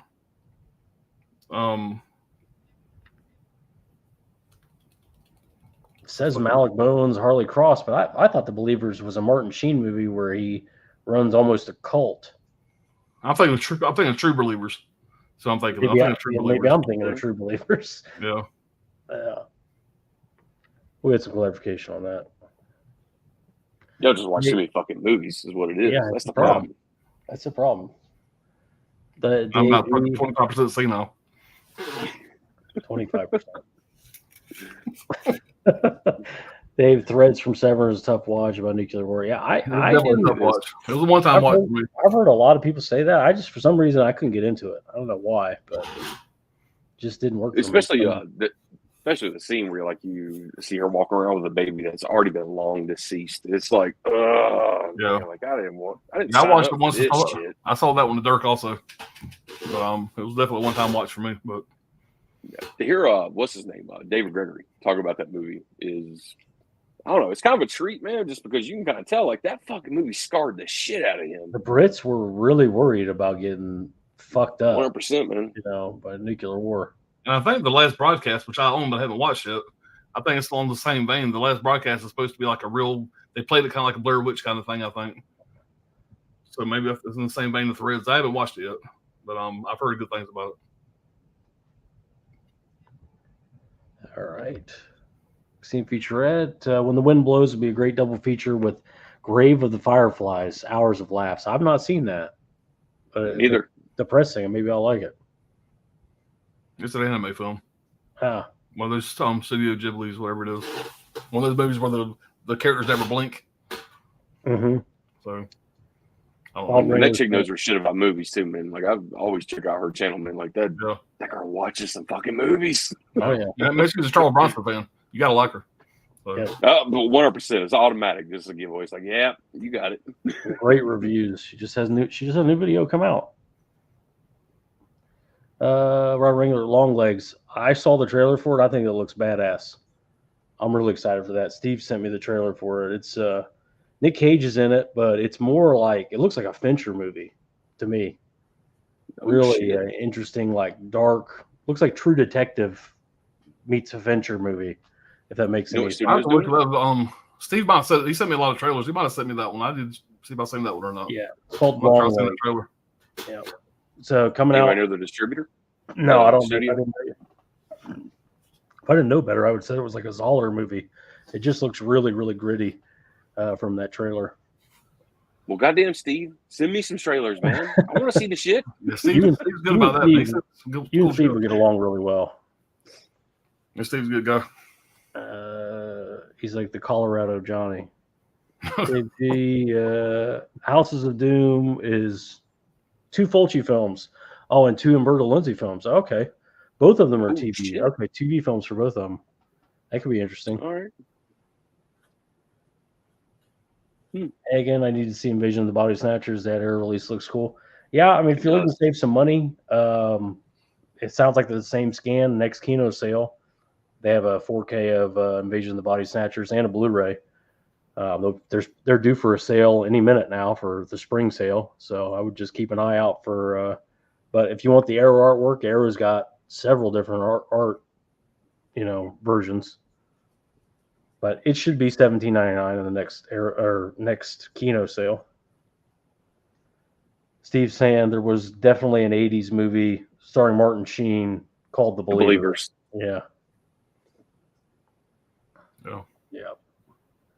Sydney, movie recommendations to Frailty. That's also a really good Oh, yeah. movie. Fairly. Fuck Matthew yeah. McConaughey, Bill Paxton, thriller, drama, mystery, definitely. Horror mystery, I think. That was a movie that just came out of fucking nowhere, too. I just remember never even hearing about it, just being in the video store, grabbed the DVD off the shelf, threw my $3 down on the counter, went home with it, and I was like, yeah, I'll be buying this shit. Loved it, man. Yeah. Yeah. I'm not even a big Matthew McConaughey fan, and I'm just watching him in that movie. I was like, "Shit, man, that dude was fucking great." Especially that opening scene where he's basically giving the story inside that big ass building, and then we get to go all the way back, and it's like, man, like great storytelling all the way. Yeah, the whole time you're like, is Bill Paxton fucking crazy? One of the sons thinks he's crazy. One of the sons believes him, and then when Bill Paxton comes home and says, "These are the weapons given to me by God to take down the demons," and it's like a fucking flashlight, an axe, and some gloves. It's like, or, maybe a pipe. I can't remember everything, but it's just like, this is what we're gonna fucking fight demons with. This shit. How does it make any sense? It just has a fucking degenerate psycho. You're sitting there watching on TV and you're like, oh, I'm all in. Let's see what happens. Go with it. One of the kids is like, all right, so we're killing demons now. And the other kid's like, you're fucking crazy. Yeah, it's a winner, man. Really a hidden gem. Let's say this, Sydney. Like, really, man? 3.5 out of 5, man, for the Frailty, man. That's a good score. Wow. That's a high score for. He scores tough, and that's a good score for him. All right, man. I'm just saying, man, that was one of those films, man. Like I said, that's for Frailty, just being that complete surprise out of nowhere. It kind of reminds me of like High Tension. Like just not even knowing that was something that was a project that was made. There really was no advertisement for it, and all of a sudden you're just randomly coming across it, just digesting shit. You're like, how is nobody talking about this? This is one of the greatest fucking things that's come out in a while. So yeah, 3.5 is just like, wow, man. Like we couldn't say 4 at least. Like fuck. Yeah. It's Bill Paxton all the way. Bill Paxton sells that fucking movie for me, man. But is what it is, man. Steve, I'll find you on the gram, John. Yeah, cool. Thank you, man. Alex, have you guys checked out Perfect Blue or that Ghibli release? I hear a lot of things about Perfect Blue as an anime. It's supposed to be great. I've just really not seen any anime to speak of. Yeah, my kids are big into anime. I've never really got into it, but they love it. I'm not trying to shit all over it, but for some reason, Joe Bob Briggs decided to pick that one night for the last drive-in.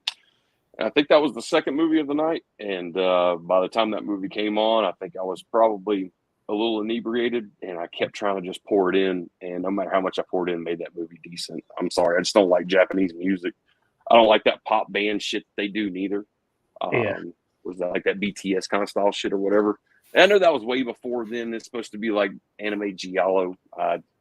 Not my thing. Not my thing at all.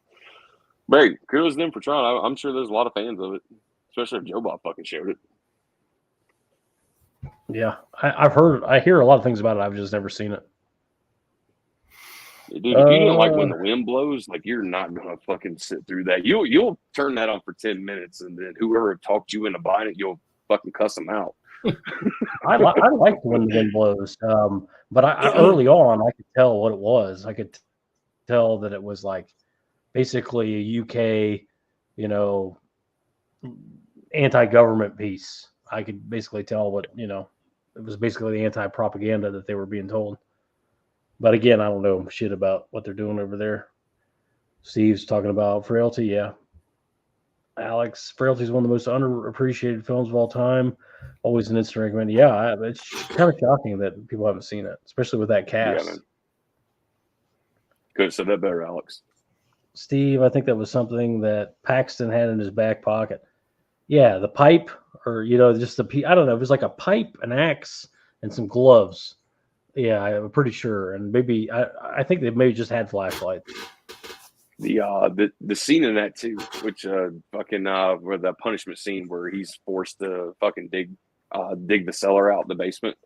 Mm-hmm. Oh man, when you see that kid's hands after he's been fucking just manhandling that shovel for a couple of days and shit, and it's just like, oh man, I've been there before with trying to fucking dig a ditch, and it sucks. Like you can't help but just go, fuck, man, I can't help but feel sorry for that kid.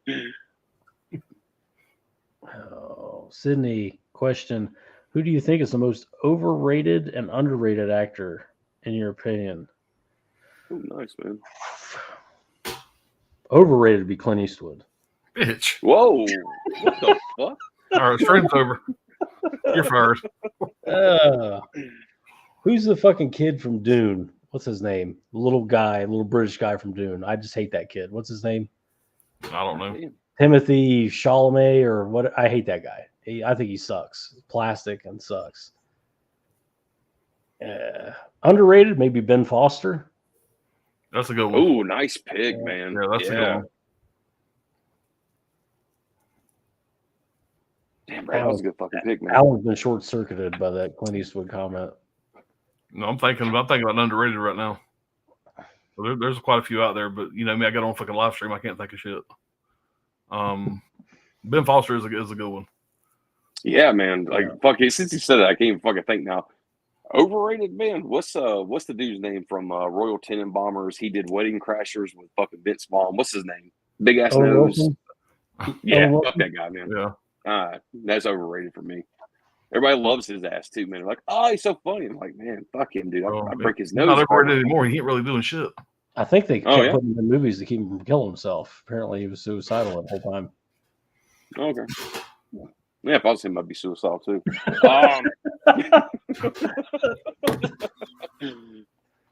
Underrated.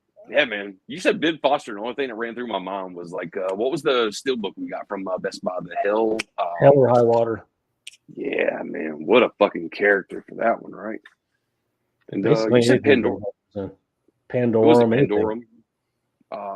Was he in Pandorum? Am I Yeah, he's thinking the that lead right? in Pandorum. Yeah. There you go. Was he in Panic Room as well? No, he's not in Panic Room. Somebody else. That's Jared Leto, isn't it? Jared Leto, yeah. Ooh, man, I've had some cocktails tonight. Come on, Alan, help me out, man. You're supposed to come in here, man. Save me. Yeah, I'm failing now. Yeah. I'm failing. We'll come back around to that. Yeah, let's move on. Damn good question though, Sydney. Damn. He throws the good questions out there. Sydney always brings the questions. All right, this next one will be short and sweet. The Naked Cage. I like women prison movies. This is a wash, rinse, repeat. This is if you've seen one, you've seen this one. I'll just read the plot. You see what I'm talking about. A young woman is falsely convicted of a bank robbery and sent to a prison run by a corrupt warden. We've never seen that before. Mm-hmm. She struggles to survive the harsh prison life while violent bullying, sexual assault, and drug addiction runs rampant. The reason why I know this movie was just one of those just basic, forgettable movies is I took 0 notes. That's all the notes I took. It's one of those movies where you got a girl, she's innocent, she's in there, there's a bully, she's trying to survive, she gets revenge, they have a fight, the occasional titty pops out. There you go. That's what you got. There's no new ground here. Very forgettable. They've done it better in other movies. It's watchable. If you like women prison movies, watch it because it's gonna satisfy the need for that. If you want to watch something like that, but this doesn't break any new ground. It wasn't like anything I can really recommend. Very, very, very middle of the road and very bad acting. But you don't watch a movie called The fucking Naked Cage expecting acting. I'm not worried about that. But this is real bad acting, and it's very 80s. There's a 80s women lesbian scene. There's a women's lesbian scene that's so fucking 80s. It's ridiculous. The music, what they're wearing, it's pretty hard to watch. But anyway, like I said, Naked Cage, it is what it is. I wasn't expecting much out of it. It's not staying in the collection. It's gone. This is the one out of my 5 I'm showing tonight that I am getting rid of. That's a Screen Factory title, isn't it? Yeah, it is. Very recently, last year this came out. Is that a? What's that? Go ahead, Brad. My bad. I said, is there reverse art on that? No. Well, just the inside. Oh, it's inside art. Yeah, okay. Inside art. Oh, yeah. But I said directed by Paul Nicholas, starring who gives a fuck. I don't know anybody in the movie.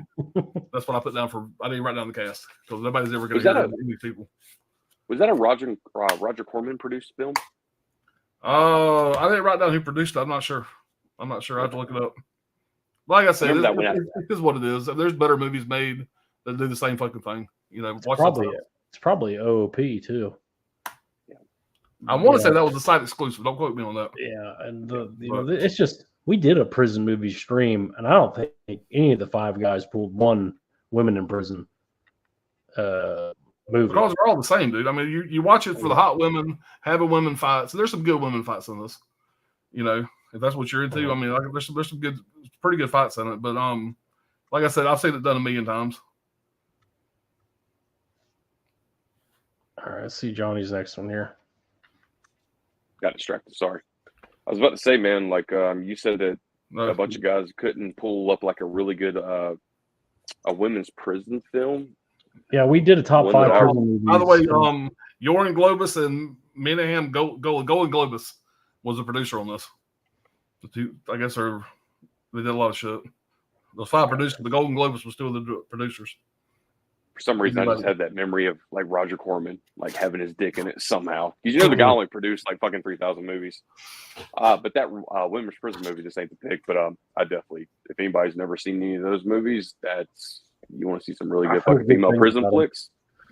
Yeah. Don't stick to the U.S. to be able to pull that off. Like you got to go overseas for something like that. I would say that's just my opinion. Though. I like Broken Down Palace with Claire Danes. Yeah, Broken Down Palace. Yeah, where she's in prison in Thailand for drug trafficking. Yeah, that's pretty good. That's pretty good. All right. Next up, this was one of those. This is one of those crazy fucking flicks. But I kind of put this on last Saturday night while me and the missus were about to go to bed. We ended up staying up watching it. And this is my missus, the wife's first time watching this. I don't know if she really cared for it, but it was. I still like this movie though. That's Criterion's release of Rumblefish.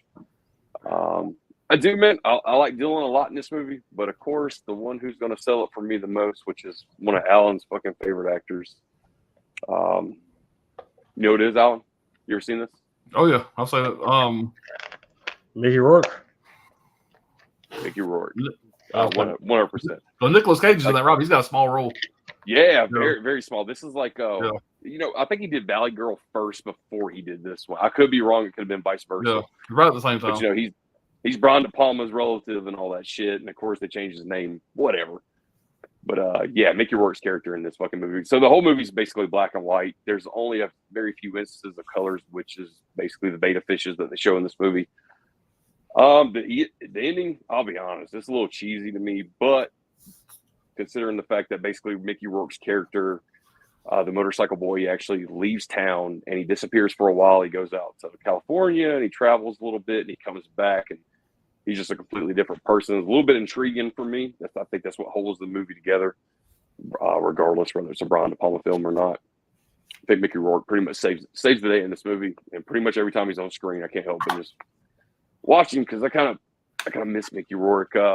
Alan was one of the first ones. I never saw the movie, but this steelbook came out, and it was a movie called Angel Heart, and I never watched it before. And I was like, "Go buy that fucking movie, and you will not regret it."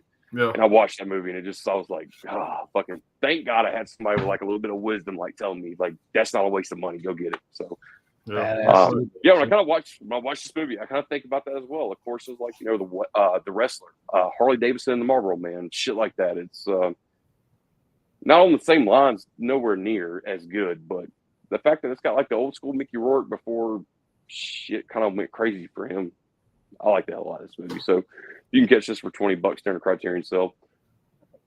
I'd say it's worth it. Try to get a little bit cheaper if you can used, but yeah, I'd say it's worth a good $20. It's a good watch, and big fucking names in this too. Lawrence Fishburne's in this movie. Oh shit, I'm trying to think of who else. You said Nicolas Cage just a while ago. What's his face from Reservoir Dogs? Sean Penn's brother. Christopher Penn. Christopher Penn. He's in it as well. Yeah, really, really good fucking solid flick. I'd say 4 out of 5 easy. So I returned to watch it, and fun little fact. So Matt Dillon's character in here, goddamn, they say his name in this movie, which his name is Rusty James. They must say his name at least 250 times in this movie. So we just moved into a new house, and we keep feeding a stray cat outside my house. But every night at 2 a.m., we have this fucking possum who sets our camera off on the door and lets us know that it's out there eating the cat food. And my wife's like, that fucking possum's annoying as shit. He's eating all the cat food. I'm going to call that motherfucker Rusty James. So as of last week, the possum's fucking name is now Rusty James. Thanks to fucking Matt Dillon.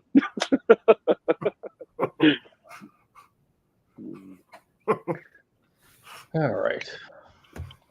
So my next one, I got a big load of magnet titles from Hamilton Book for like $4.95 a piece. And this was the one I was most excited about. It's 2020's Held. So I finally watched it. So basically, the synopsis is a couple's ailing marriage is put to the test when they're held hostage at an isolated vacation rental by an unseen voice that commands their every move. So they go to a very expensive, super high-tech vacation rental in the middle of nowhere, very far from everything.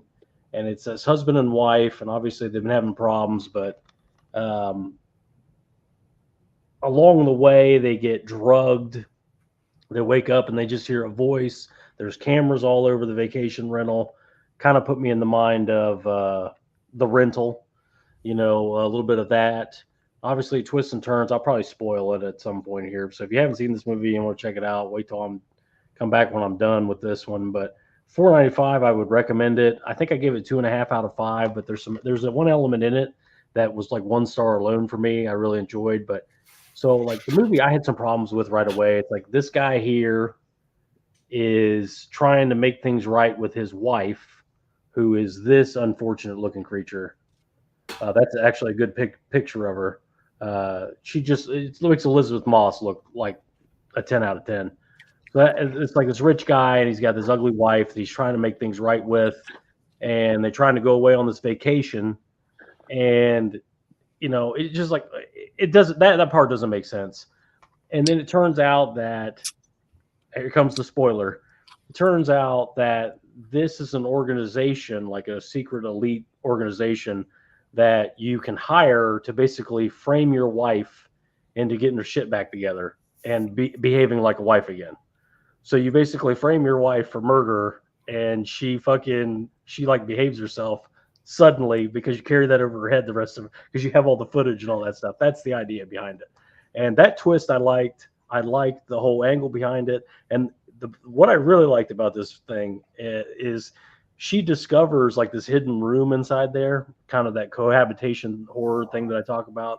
She discovers this hidden room in there, and she watches like she finds the guy's computer that's running the whole thing, and she finds like a promotional video about the service that they have, this Elysium or whatever the hell company it is. The promotional video has testimonials from husbands and wives after they've gone through this treatment, and all the wives are like, it was wonderful. It made me love my husband more now than ever. It's just like, and you could just basically tell they're like being held at gunpoint. That alone is worth seeing the fucking movie for.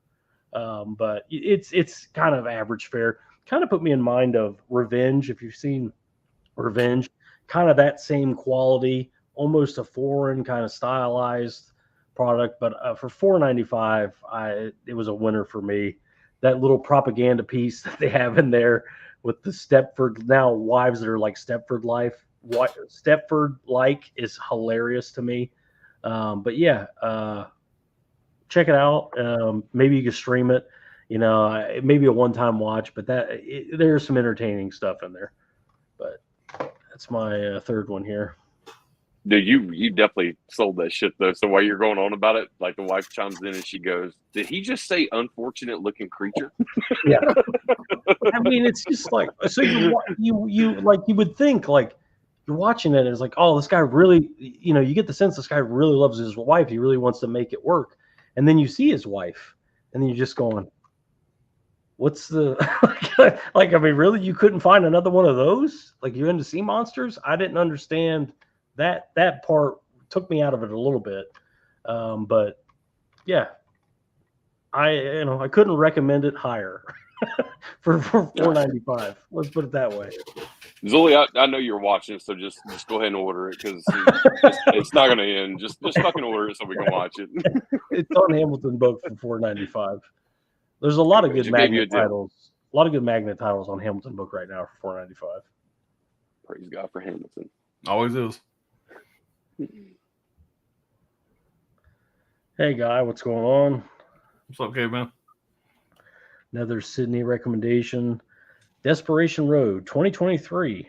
action crime thriller directed by Nadine Crocker, Mel Gibson, Garrett Hedlund.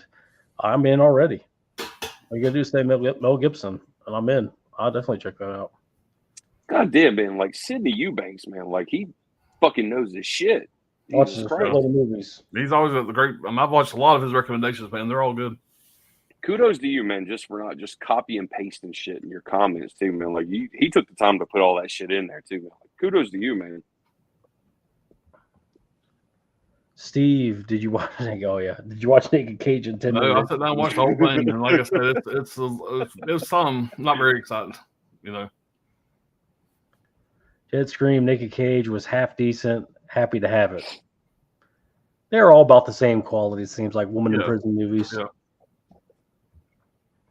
Jetstream, a better one from the Naked Vengeance Vendetta 2-pack is Vendetta. I love that one. Naked Vengeance is half-ass. Okay, we want to be whole-assed here. Both booty cheeks, baby. Both booty cheeks. Steve, I just seen the Scream Factory is releasing a collector's edition of Island of Dr. Moreau with a slick new slip. Have you guys seen it? The Lost Souls documentary on the Synapse? I have not seen the documentary or that movie, Island Dr. Moreau. I've seen the movie Island Dr. Moreau. It's a fucking weird one, dude. They got some weird ass creatures in that movie. I think Steve might have did a typo there because Lost Souls, I don't think is a Synops film release. I think that's a Severin film release, and that's a limited edition. Just let me look right quick. It'll take me 1 second. If it's a limited edition, I definitely fucking have it. Sounds familiar.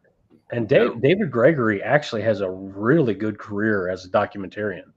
He's made some really good documentaries. All that Second Sight, all his making of Second Sight documentaries are David Gregory usually. Yeah, Marlon Brando and the Island of Dr. Moreau, dude. That's a weird fucking dude. Marlon Brando. I think that's probably him in real life. The character he plays in that movie. Yeah, he probably did. He probably meant to say Severin, not Synapse. Yeah, it's all good. But yeah, definitely a Severin release right there. But the Island of Dr. Moreau, man, it got shit on when it came out, man. It got fucking lambasted by everybody. And it's an okay movie. Like, it's not great. But there's certain scenes on it in it that's pretty fucked up. My favorite part of the movie is the little butler. It's some little weird little dude they fucking made. All their fucking creations they were making. Just that little butler he's great. It's just this little dude. He's like 2 foot tall. This ugly little bitch. But yeah. So if you watch the movie, pay attention to the little butler dude. He's like a little. I don't know what the fuck he is. And even the fucking main star of the movie is fucked up. So you guys are fucked in the head. He points to this dude. He said, "Look at this fucking guy," and he shows this guy, and it's so fucking funny, dude. That's the best part of the movie. But Marlon Brando, he's a weird motherfucker in that movie. He's terrible in it. Basically, it's the worst thing he's ever done. He probably didn't even know his lines. I think he just showed up on set, and it was a terrible role for him. But I enjoyed it. I've seen it 2 or 3 times. I used to go on HBO all the time. And I used to watch 10, 15 minutes here. I've seen the whole movie probably 3 times. I mean, Alan, cool at talking about people's personal defects. Okay, these are human lives, human beings here. Yeah. Okay, unfortunate little creature or whatever you said. She looked like the witch from The Witch, after it was transformed. Right. Sydney movie recommendation: Sweet Virginia, 2017 thriller crime action directed by Jamie Dagg, John Berthal, Christopher Abbott. Yeah, I've never even heard of that. Sweet Virginia, thriller crime action. I'm glad about last. Did you guys ever? Sorry.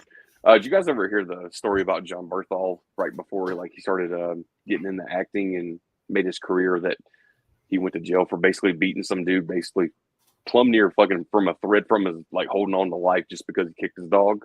Yeah, I heard something about that. Yeah. Yeah. So apparently, he's walking his dog past. He's living in California or something. He walks his dog past this party, this frat party. Some drunk college kid comes out there just being an asshole and kicks his fucking dog. Well, John Berthal just beats this fucking kid within an inch of his life, and the cops are like, "Hey, he's in a hospital. We can't get him to breathe again. You're gonna go down for murder." And he's like, "Ugh." But thankfully, the dude fucking lived. So there you go.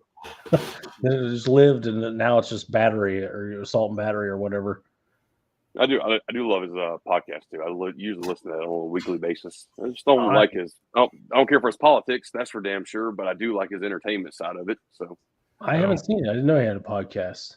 yeah, Not to back up here, but I have a couple underrated actors. Sam Rockwell Oh yeah, ooh, and Carl Urban. I think Carl Urban's underrated. yeah. Carl I've never Urban's seen here. anything that Carl Urban's been in where he didn't make it better, whether it was a good show or bad. I think he makes everything better. I love Carl Urban, and I think Sam Rockwell he's fucking great now. He's great in everything. Nobody on the overrated side.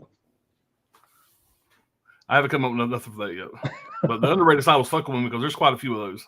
Because I actually thought about doing a top 5 on that subject, whatever. So there's quite a few of them. So I think we did our top 5, so we're done now. So yeah. You know what, man? I'll say this: as far as the underrated side goes, like I already said, fucking what's the big nose motherfucker's name for the overrated shit? Underrated. The kid Zulia will probably chime in on this, but he did a lot of the American Horror Stories. oh yeah, fuck what's his name? Evan Peters. Evan Peters. I still fucking think he's great. Like just a brilliant actor. I'm like, why are we not putting him in fucking horror movies? Because he'd be, or at least suspense movies or thrillers. Like he'd do a really good job at those. And I can see him doing a remake of Psycho. Man, let him play Norman Bates. I think he could be a good Norman Bates. Amen, brother. I think he can pull it off. If anybody can do it, that kid could probably fucking do it, man. You're right, Evan Peters. Yeah. I mean, don't fucking do a remake of Psycho, but you know, we got enough Psycho. Gus Van Sant already fucked that up for us. It'll happen. Eventually they'll redo it. Eventually, Psycho will get redone somewhere. Where American Psycho is in production to be remade. They're in pre-production on it. Yeah. Just remember, guys, when there's always $1 to be made, some Jew will crawl out of a hole to get it. Yep. Sydney Rumblefish 3.5 out of 5. Solid from Sydney. All right. Is there a Shout Factory sale going on? There is. Okay. There is. It's called Ticket to Save. It's it says it's up to 60% off of Shout Select titles. So yeah, you never see those go on sale, really. I have all the Shout Select titles, so it does me no good. Yeah. It just pisses me off that I see that I could have waited and bought them cheaper. But I still need that Cheech and Chong next movie. Yeah. Their Shout Select line's got a lot of good movies, man. A lot of good ones. I think the only one I actually own is the film that I bought while you were standing right beside me, which was Wild at Hearts. Because I told you, well, we were sitting in the bar drinking. I'm like, I'm not leaving that store if they got a copy of that shit without it being in my bag. So, yep. And that's I guess you would call that a prequel or a side story of Durango. Durango. Yep. Yeah. I didn't know that character very young. Yeah, it's just a very loose reference at the end of it. Yeah, it's a different actress. Movies kind of reminds me of like earlier pinpoint time of like Natural Born Killers for some reason. Yeah. Like it just kind of falls in that line. I've seen Wild at Heart with Willem Dafoe getting his brains blown out. Yeah. Spoiler alert. But yeah. Yeah. Spoiler alert. You can't spoil a David Lynch movie. Steve, it's a documentary about Richard Stanley trying to put the movie together and it falling apart in production because the antics of Brando and Kilmer. Yeah. I've heard it's a good documentary. Well, I just got a notification that my bank card was just charged for a Blu-ray copy of Held. Thanks, Brad. Yeah, it just cost you $4. I'm pretty man. Just tons of people in Rumblefish. Yeah, big cast. I don't know what's the other one with Matt Dillon and all Tom Cruise. Outsiders. The Outsiders, similar type of thing. Yeah. I think The Outsiders is much better. I grew up on The Outsiders.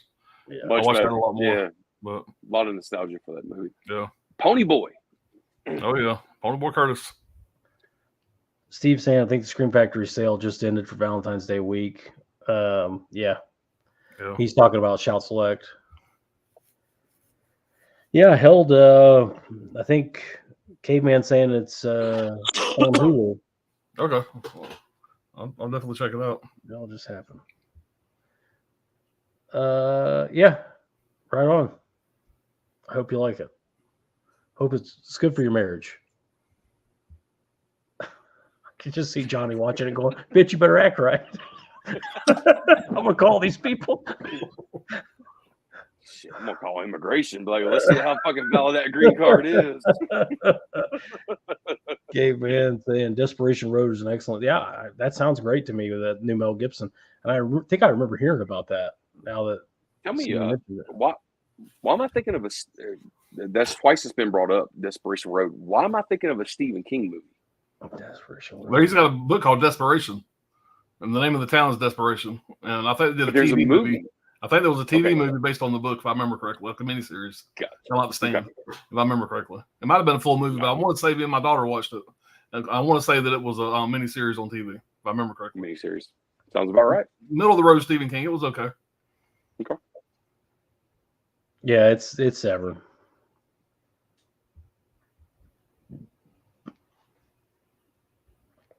Guy's saying that him and the wife are going to watch Dragonheart.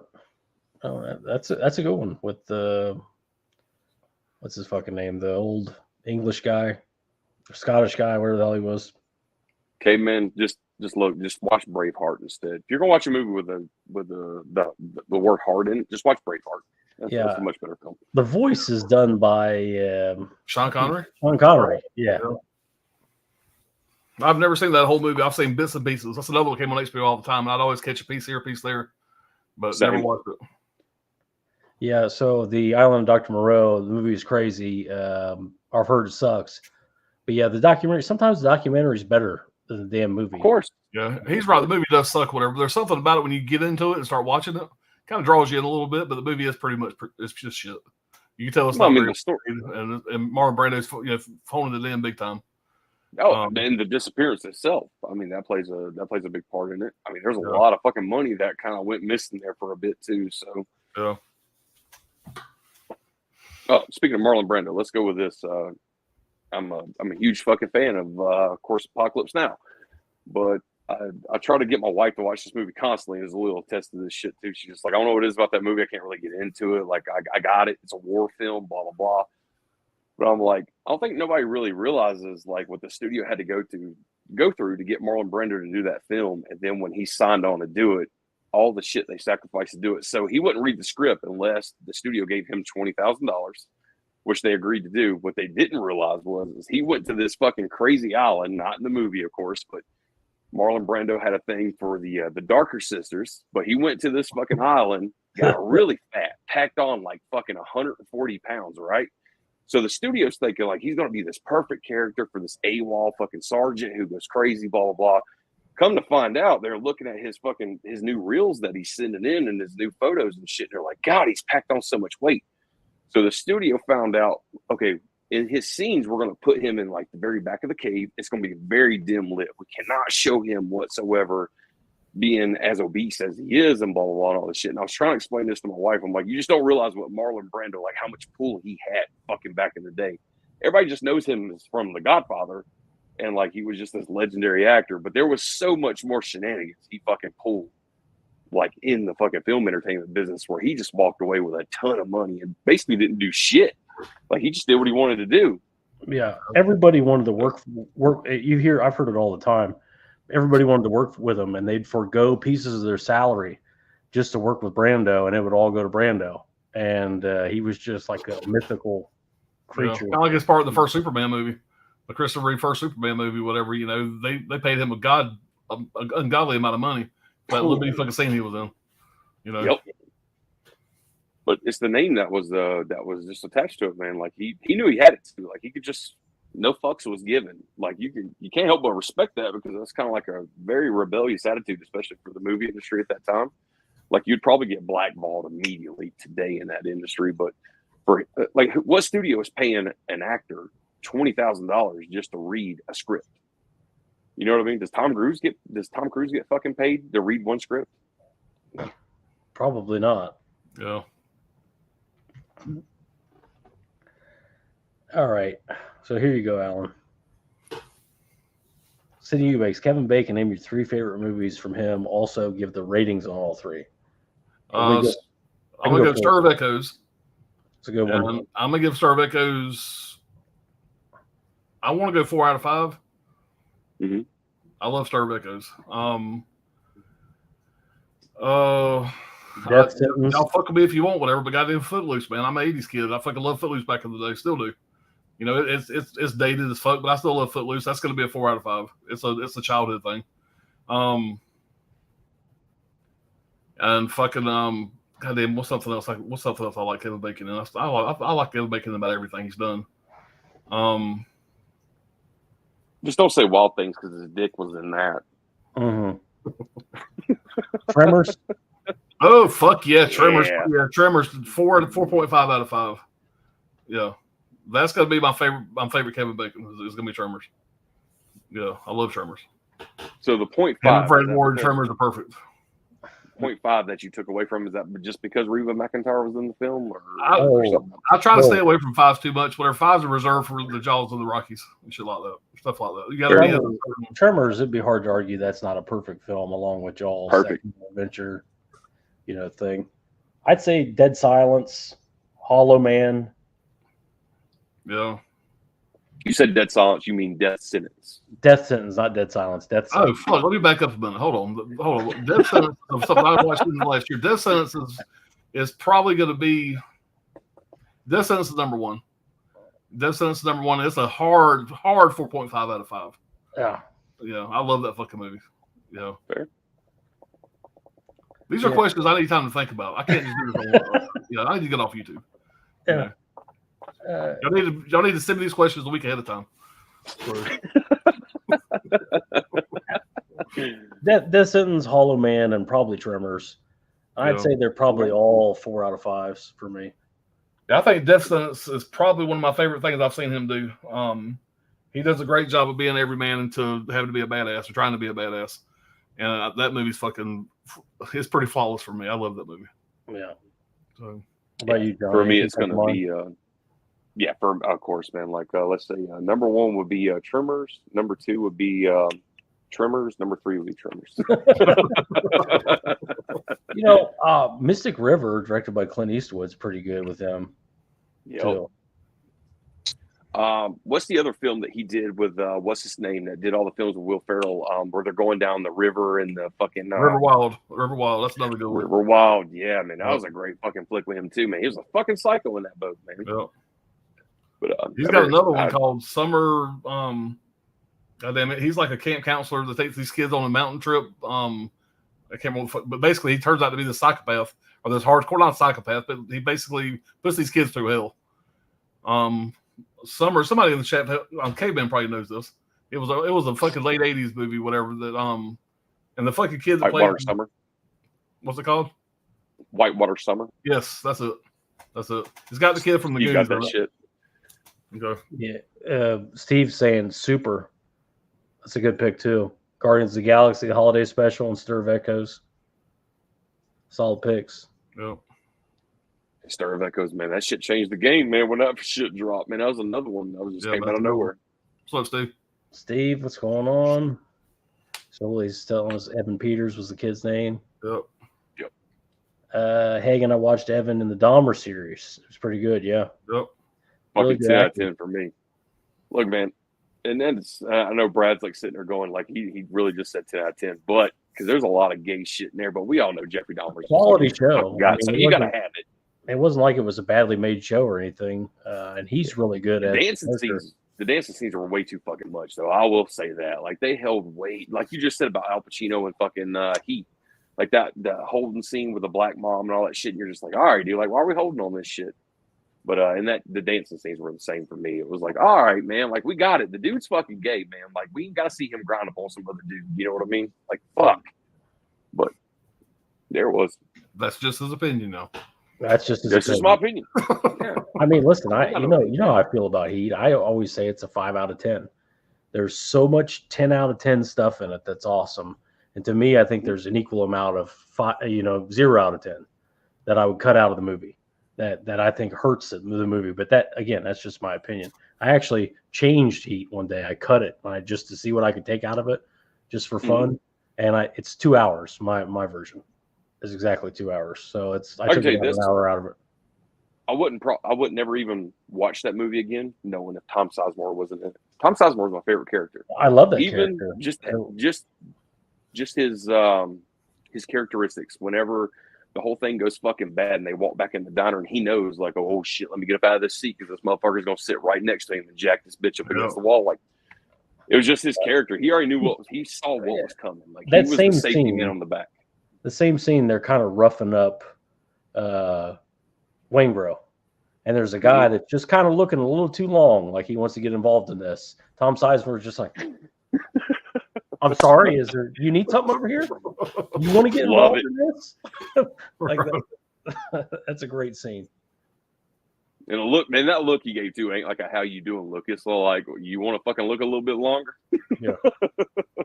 Like this gray is natural. I'm 27 years old. Like he's like, it was just a really weird character. And he had little lines, obviously. He's asking Neil if he thinks it's the right thing to do. And he's like, nah, you should probably not do it, dude. This is a bad one. Nobody should Cut do and this. run. And he's like, nah, I'm doing it anyway. The action is the juice. Right. The action is the juice, baby. Yeah. Same thing with Saving Private Ryan. I love that fuck out of that movie, but Tom Sizemore's not in it. That movie would have took a big hit for me. Yeah. Too bad he loved heroin more than acting. I know it, man. Dave G, any thoughts on the trailer release today? The Strangers Chapter 1. Yeah, we talked about it. Looks like a damn remake of the first. Heard it's a prequel trilogy. I mean, it's just going to be more of the same. I'm sure it'll be of a certain quality, but who knows? We'll see.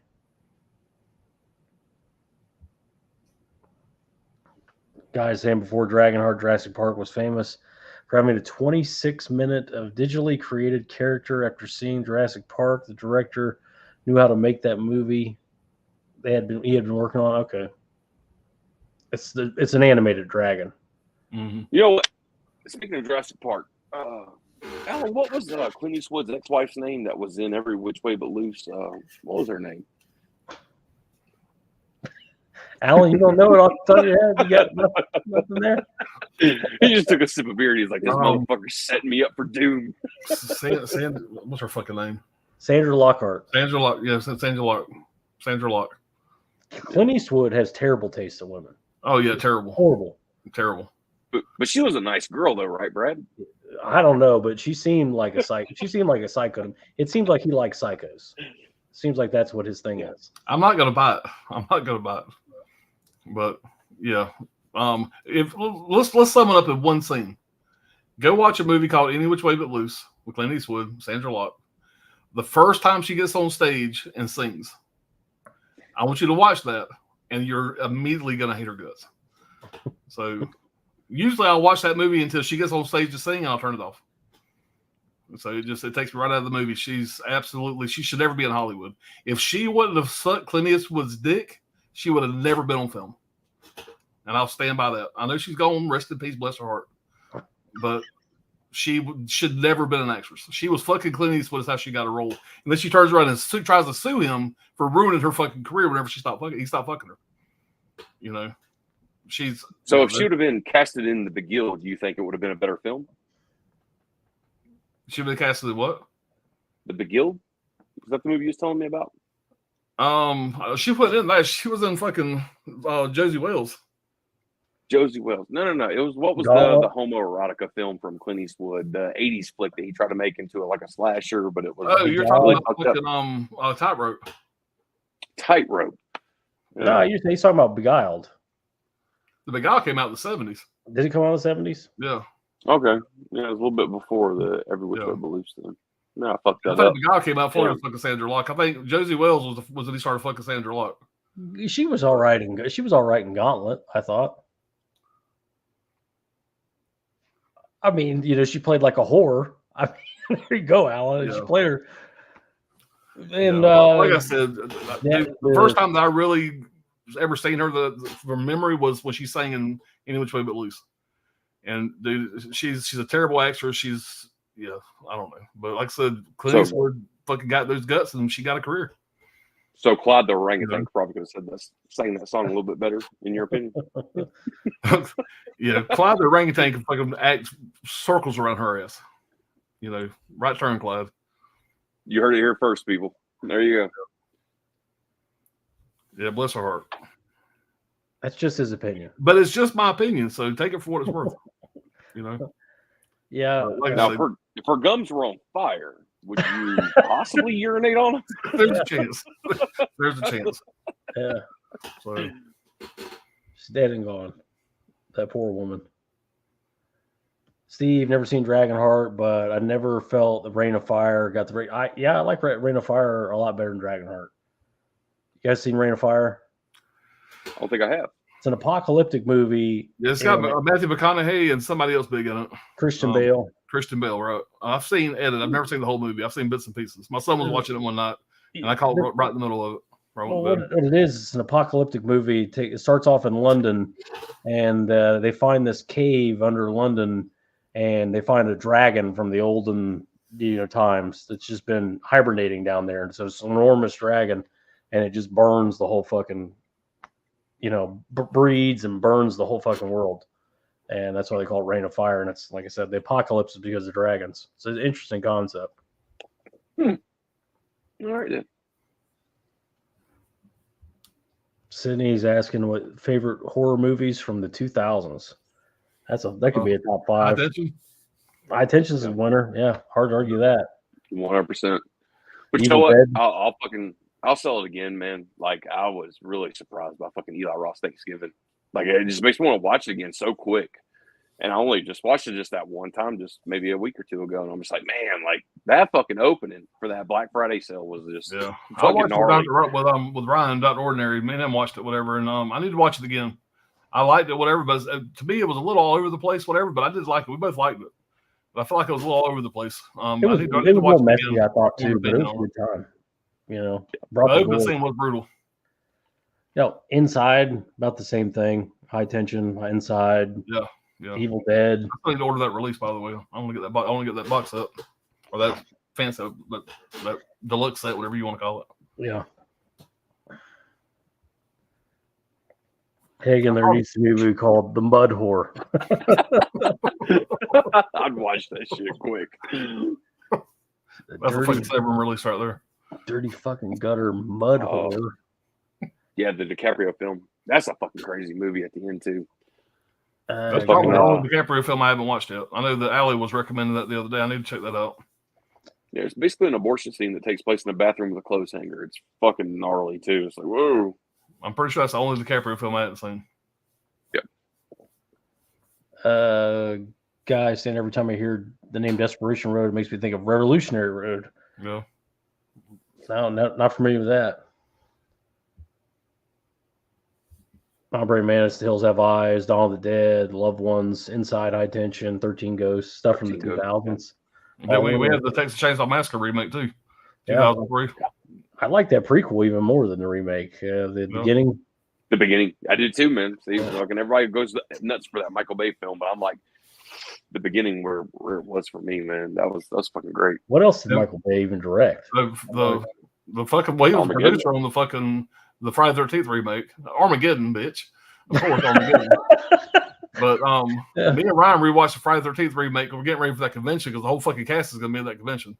Yeah. And dude, the Friday the 13th remake is so fucking good, dude. I don't give a fuck. It's so a blast. Good. It's a lot of fun, and it's a blast, man. It's one of my favorites, man. I love it. So, not a lot of like remakes. Guy, don't get Alan Sturgeon Jennifer Tilly again, or any Tilly. Played Misty for me. Wild Rain of That was Tom Clancy's first directed movie, first directorial film. First movie he fucking directed. Trying to get all fancy there. I don't need to be doing that. Yeah, but yeah, he it's a good one, man. If you ain't never seen it, man, it's a little dated, but it's a solid flick, man. Crazy bitch. Wild Rain, we're talking about Rain of Fire, good.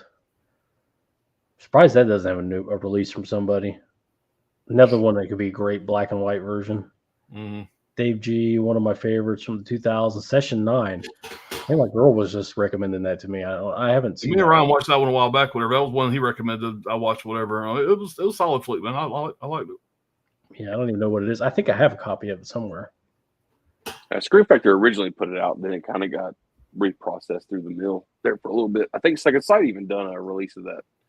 Or maybe Eureka. I can't remember which one it was. I think Umbrella put a really nice set out for that movie. I think it was Umbrella. Maybe I don't fucking remember. Somebody put out a nice like special edition of it. Yeah, maybe it was Second Sight. I think it might have been Second Sight. It might have been Second Sight. Wild Wrangler, my father's favorite film all time, Dallas Daisy Wills. That's like an old guy I staple. got that motherfucker right there with the poster up there, man. I love that movie. Which is better, the Outlaw Jizzy Wales, or the one where he plays the devil? It's a Western too, but he plays like the devil in that small town. You're talking about fucking Pale Rider?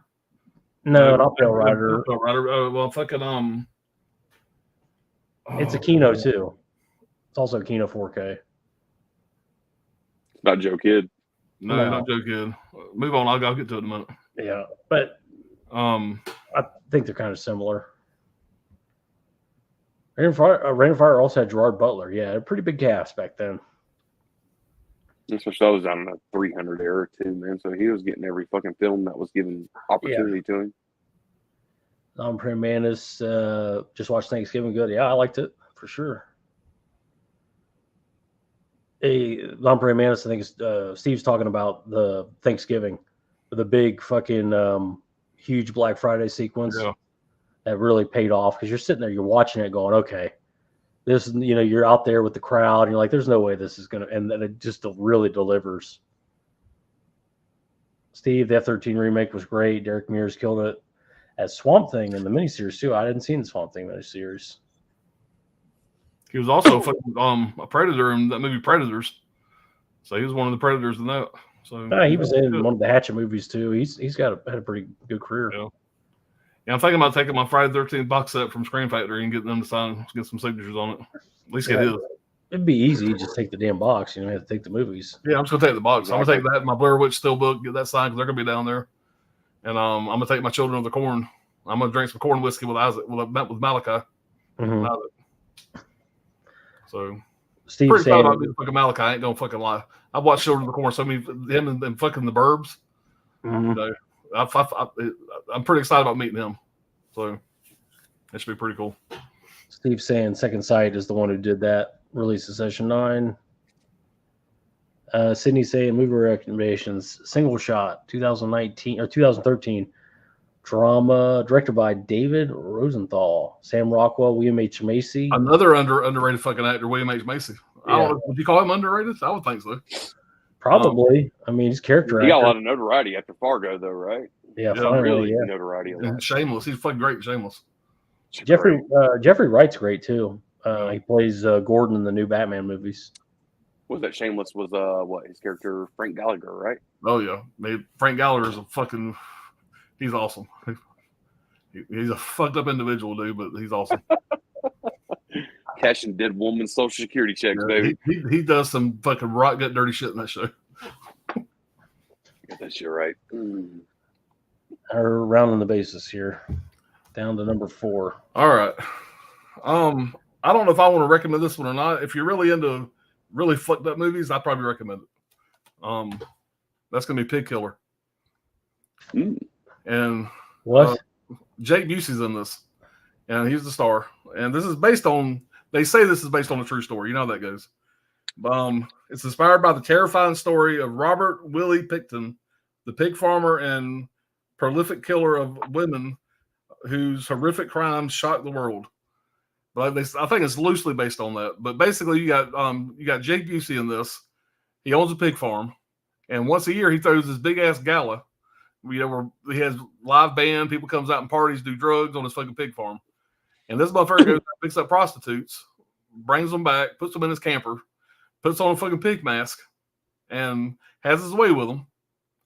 And let's just say that until you see Jake Busey have sex with a girl with a pig mask, let's just put it this way, you'll never unsee it. You'll never unsee it. I mean, we're talking about Jake Busey. I'm pretty sure it's probably a body double, but Jake Busey fucking pulls his dick out, and it shows a lot. So be prepared. But Jake Busey has sex with this girl with a pig mask on, and then he gets a pink dildo, puts it on a pistol as a silencer. Now this dildo's got a pig on it, like a little rubber pig. He puts a dildo on a gun as a silencer, and then blows this girl's brains out after he fucks her. And actually, I just came. I think he's already. I think he's already choked her to death when he fucked her. So I think she's already dead because he's already choked her. Then he fucking shoots her in the mouth. But yeah, like I said, there's some fucked up shit in this movie. But if you're a fan of Jake Busey, which I am, as soon as I seen this trailer and seen he was the main star playing a serial killer, it was I blind bought this in a second. And it's kind of uneven a little bit. It's kind of slow in parts. It's not a very well made movie. The worst thing I can say about this is the fucking music. It plays. You can tell there was a lot of. It feels like there was a lot of like real shitty house bands that the director maybe was friends of or knew, and they threw all this weird ass music that did not match the movie at all. The music was too loud throughout the movie. The music was terrible. The band they picked to play on the fucking big ass gala they have at the end of the movie is fucking horrible.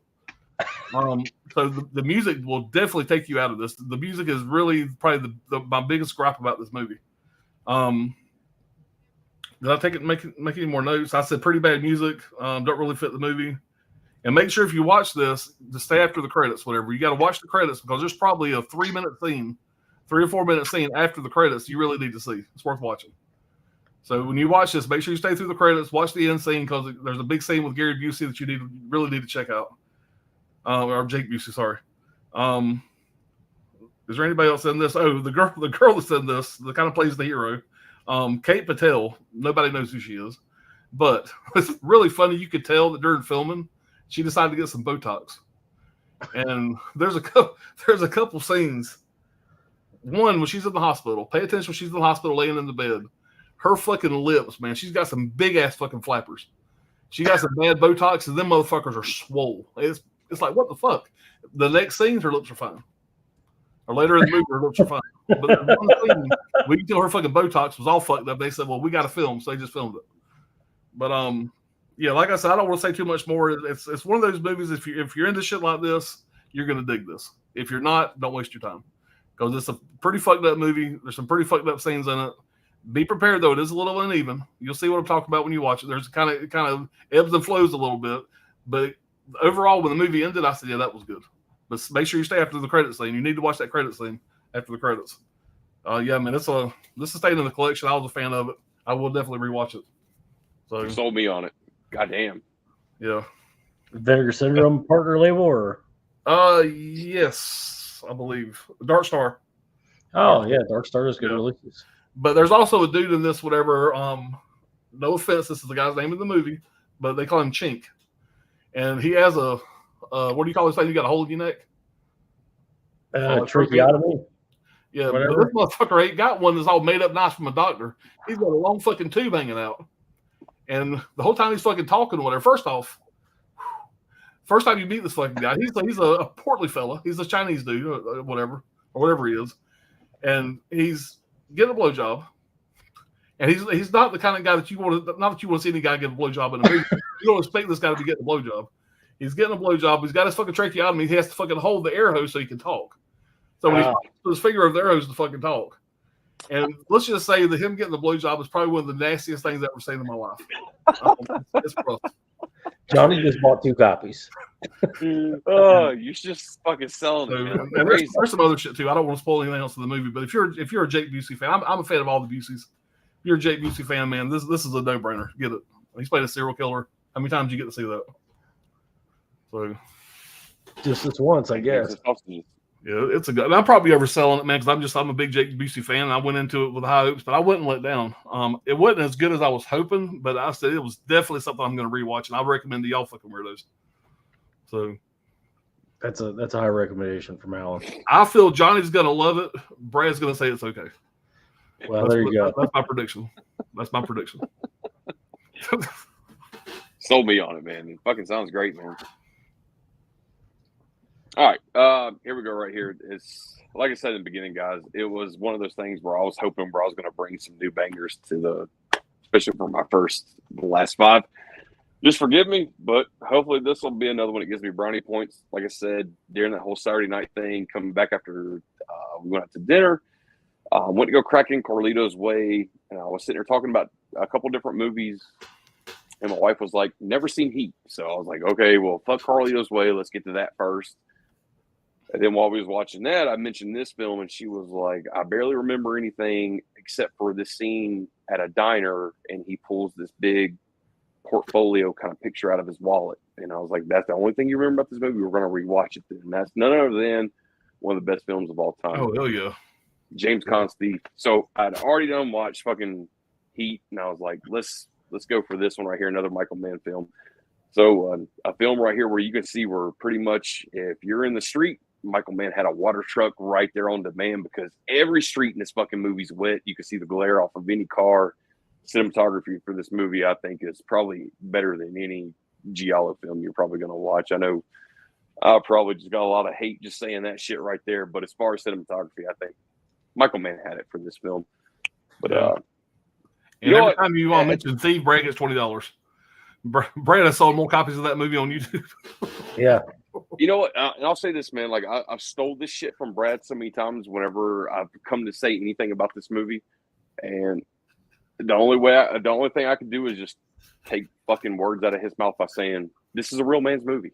Like this is a man's fucking flick right here. It's a man's world. That's it. The revenge plot at the end of this movie, I think, is one of the best. It all just goes to shit really quick. Kind of reminds me of Heat a little bit, where like Robert De Niro would say, like, you know, don't be attached to something that you can't just fucking turn at the corner in 30 seconds and leave behind, because pretty much he's waking his wife up and his fucking adopted kid, and they're just like, hey, get the fuck out of here. Like I'm about to blow the world up. And that's exactly what he goes for.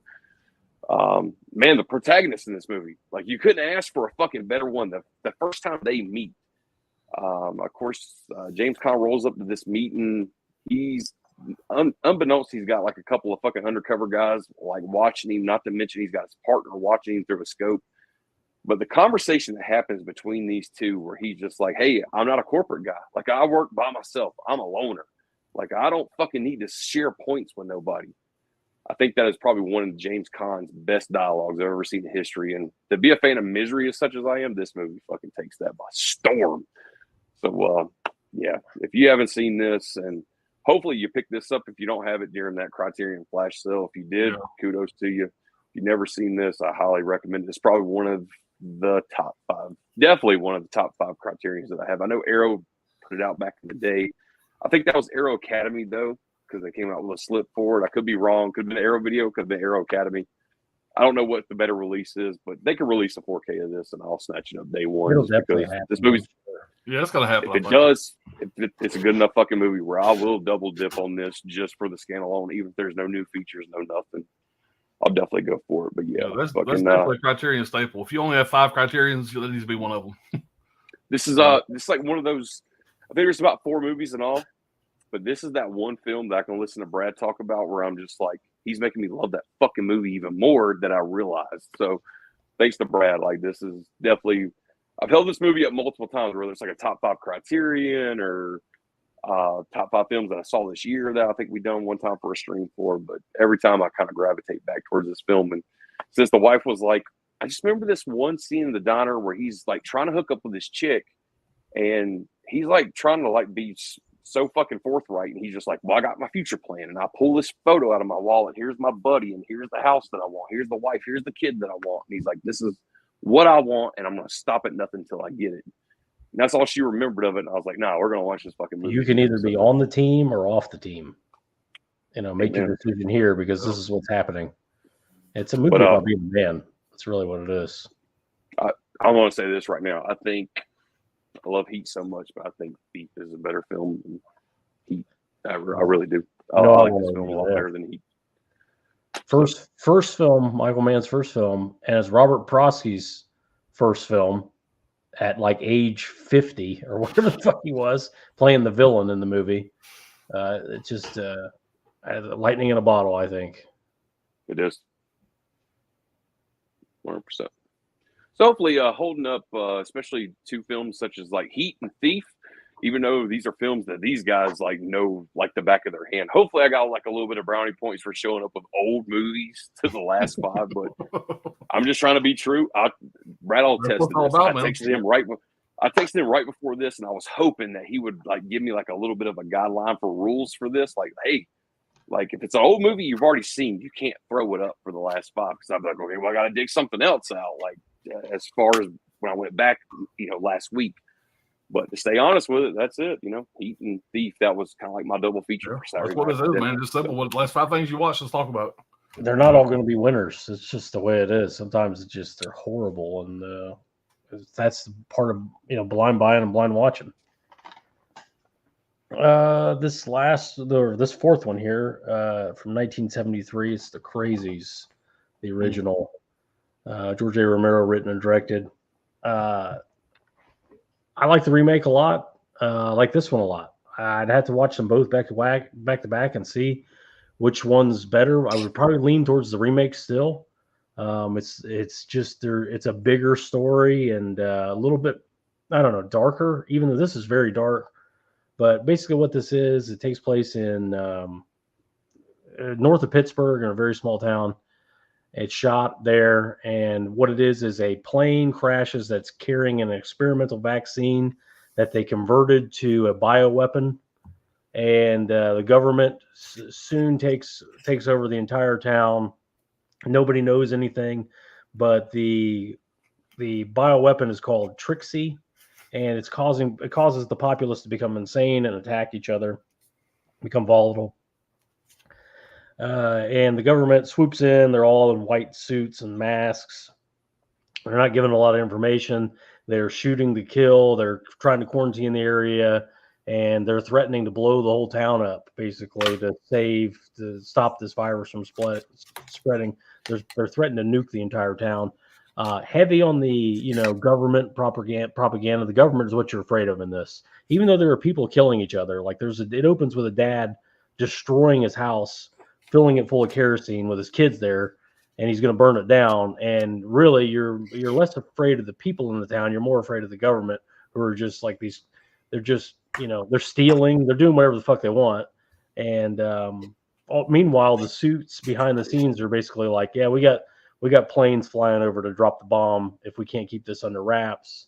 There's this captain that it's introduced about halfway through, and he starts to kind of relay information. And I've heard complaints that this is slow. I didn't get that at all. It felt almost like an action movie to me. It's more action,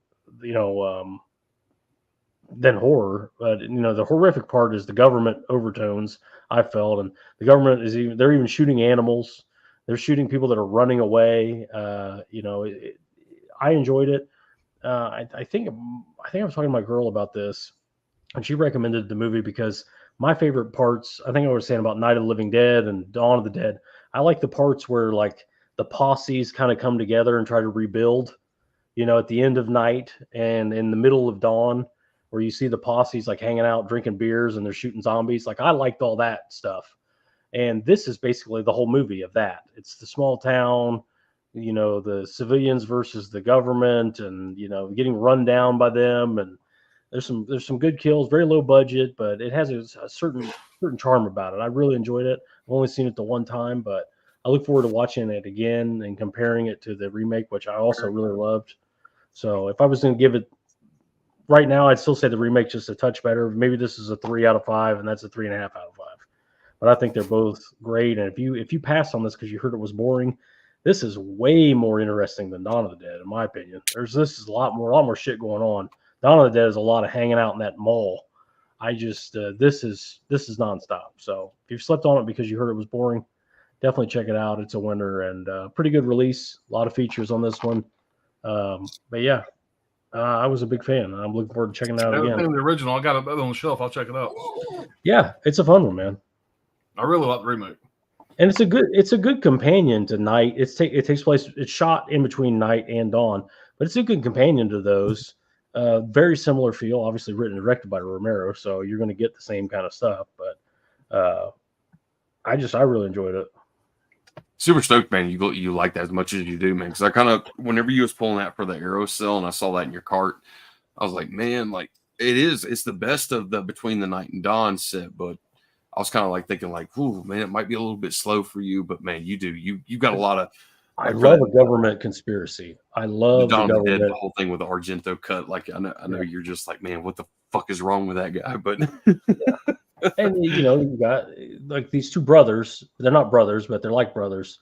They're both firefighters, and you know, it's kind of a similar Dawn vibe where one's more stoic and grounded and the other one's more wild and careless. And the whole time there are people doing crazy shit to each other.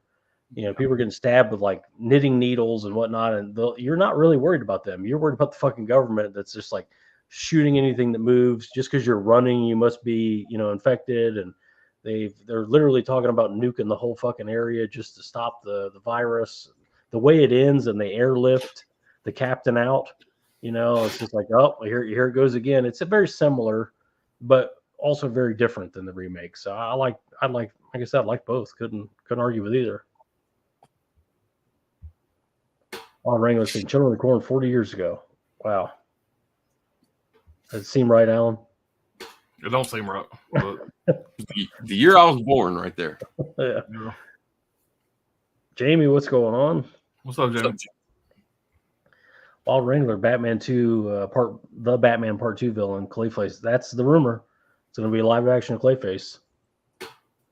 That could be great. Who knows? But you know how these movies are. There's multiple villains. So to be one of the villains. Yeah. Dave G, I thought about grabbing Pig Killer, but it's nowhere near accurate to the real life. Oh, no. That's why I did the quotes, whatever. It's what I hear is nothing, it's nowhere accurate, whatever, but they kind of use that as the inspiration for the film, whatever. Like, you watch that movie because Jake Busey's playing a fucking serial killer, you know? Yeah. And Steve saying that's the word on the street, Wrangler. They say Keegan or Kogan, his Joker is coming back too. Yeah, the Barry Keegan or whatever, the guy that played the Joker and the Batman's coming back too. Which that'd be awesome, I thought. Sidney Eubanks, The Descent 1 and 2, your thoughts? Yeah, dude, I love them, man. I love both of them. I watched one a lot more than two. Johnny got it. Johnny, what the hell did you just do? I swear I didn't do anything. Yeah. Yeah, I love part one, man. It's a claustrophobic, fucking scary fucking movie, and that was a great fucking theater experience. I told that story before. We had some exchange students we used to get during the summer. We had a German exchange student that speak any English, and we took him to go see The Descent. Dude, and the first word of English he said the whole trip here, he looked at me and went, "Folk." We were watching that movie, and it was a blast. He loved it. But man, Descent was a great theater experience. I like 2 as well. I just don't watch it as much. I haven't watched 2 in a while. I'm a big fan of both of them. I like 2 too. Picks up right where, and there's an alternate ending in 2. I think that, if I remember right, it's pretty fucking dark. I think one's got an alternate ending as well. I think. Yeah, they both do. Davey, it's called The Pig Farm, 2011. All Wrangler, anyone seen Madison County Slasher? No, I haven't seen that. I haven't seen that. 2011. Steve's talking about Thief. Yeah, I think it's great. Maybe it's an old man thing. Maybe that's an old man. Like, you got to be. I think it is, dude. I think it's a movie made for us. Yeah, made for. I don't think it. Maybe the younger generation maybe doesn't get it. Like, why would you? Like, if you had to ask questions at the end of that, like, I don't know. Maybe you just didn't pay attention, or maybe you're a fucking idiot, or maybe you're a little pussy. I don't know what to tell you. But it's not. Like, I don't know how you don't understand exactly what's happening as it's happening in the movie. That's just my opinion. For someone who's probably like a professional welder, I was fixing to say it. If you beat me, I was just curious, man. Like whether like someone was like a TIG welder or whatever, man. Like the final safe at the end where like James Bond is using this fucking wand on this fucking welder that's like 30 foot long. Yeah. I'm just wondering, like, what those guys would think about that. Like, just is that real? Yeah, I would have to think it's real. You know, it might be. I mean, just from knowing Michael Mann a little bit, that you would think it's a real thing, and it has to be so fucking long because the heat's so goddamn hot. Exactly. You're seeing lava. Like the fucking shit's like turning into like melting lava. The fucking door. They didn't do that shit. They wouldn't do that shit. That's also one of my favorite scenes. Once they finally get in, they get the diamonds, and he sits back, and he just starts reaching for his cigarettes, and he's just like, you know, you can tell what he's feeling. The work's over. He's just sitting back. He's just dirty as fuck. He's like, God, I was like, it's 200 fucking degrees in there sitting there. Yeah. He's like, God, it was all worth it. It's all done.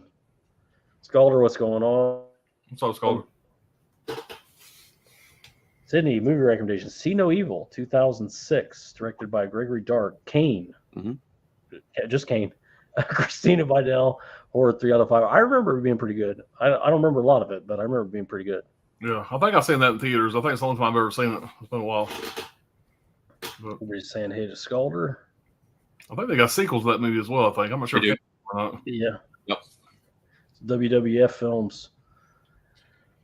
Guys saying the original Killer Elite is on par with Thief. Ooh, like it's good, but man, like as to put it on the same plateau as Thief, It's that's Peck all. and Paul, right? It's Peckinpah, and like I said, when I got it from the Scorpion cell, the first thing I did was like just text you really quick, and I was like, "Hey, like this is worth my fucking $18. Like I enjoyed the fuck out of this." That movie starts up, you see a great friendship between Cons, and it goes bad so quick, and you're just like, it's James Caan and Robert Duvall, if I'm not mistaken. Because I had a few cocktails, but man, that's a really good movie. But if I had to take my pick between those and Thief, dude, like Thief is right. I know James Caan says Thief is the best thing he's ever done. Amen to him. Yeah. So I mean, there's that. I say this all the time. If you like Thief a lot, check out Way of the Gun with the veil under the eye, guys. That it's a sequel to Thief, and you'll see what I mean when you watch it. What you said was Blue Veil, or what was it that you said was a sequel to Heat? Basically, The Way of the Gun. It's called no, Way it of was the Gun. a site release we were talking about. Like, Jesus Christ, I'll go back on. Oh, it. you're talking about Blue Ruin. Blue Ruin. There you go. Yeah, Blue Room was Yeah. good. I like that. Blue Ruin's a good one. But yeah, to me, if you watch Thief and then you watch The Way of the Gun right after it, it does feel like a sequel to Thief. To me. But, No shit. Scalder, Thief is another case where Arrow Standard Edition lost a disc, the theatrical cut compared to the limited edition. Damn. I hate when they do that. Yeah. Yeah, there's a Scream Factory 4K of it, Steve. Killer Elite. Everybody saying what's up to Scalder. Chris C, what's going on? Hold on, Chris. Talk about The Descent. You was talking about those hand motions you made that Do it again. Let's see if it Yeah. picks it up. yeah. For some reason Anthony can do it and it Yeah. works. Yeah. Well, Somehow. I think Anthony films on a phone. I thought that's why he could do it. But Johnny film, you got a MacBook, don't you? Or Yeah, MacBook Air? this is Or computer? my computer. Yeah. Yes, I don't know what picks it up. I don't know. Maybe we can all do it. Who knows? Let's see. Guy is saying it's on Max. Yeah, it's a Sam Peckinpah movie. Robert Duvall. There you go. Yeah, Chris, it's a winner. I think you'll like it. I think anybody would like it. Oh man, like you already got it right there on the shelf, Chris. Like, dude, like stop doing this to yourself. Stop hesitating. Go watch that fucking movie. Put hair on your shoulders. Ooh. It's freaking James Caan. Make a man out of you. Yep, it's a winner, I think. It's the Thief show. Sydney Thief is awesome. Love the soundtrack. Tangerine Dream. Yeah. Yeah, they did a lot of shit back in the day. That score fit perfectly too. Yeah, shut that cunt's mouth before I go over there and fuck start her head. That's from The Way of the Gun. Yeah, this is one of the opening lines. Yeah. Ooh. All right, we're on to the last one here. Shit. Let me get my fucking notes out here. All right. I know, like most people, we're probably a little burnout, on zombie films. Hold on, goddamn it. I was enjoying the fucking chat. I was prepared for this.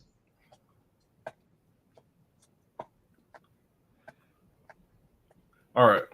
So this one here, I'm a big fan of zombie films. There's been so many of them, so sometimes I get a little tired of them. If you're tired of zombie films, give this one a shot. Because this is a really fucking good one, and it's called The Horde. I've heard of Now, it. this is a IFC Midnight release back when they just had a streaming channel, and this was a release that was this is a overseas release. This is a French film, and it's got basically what I put on here is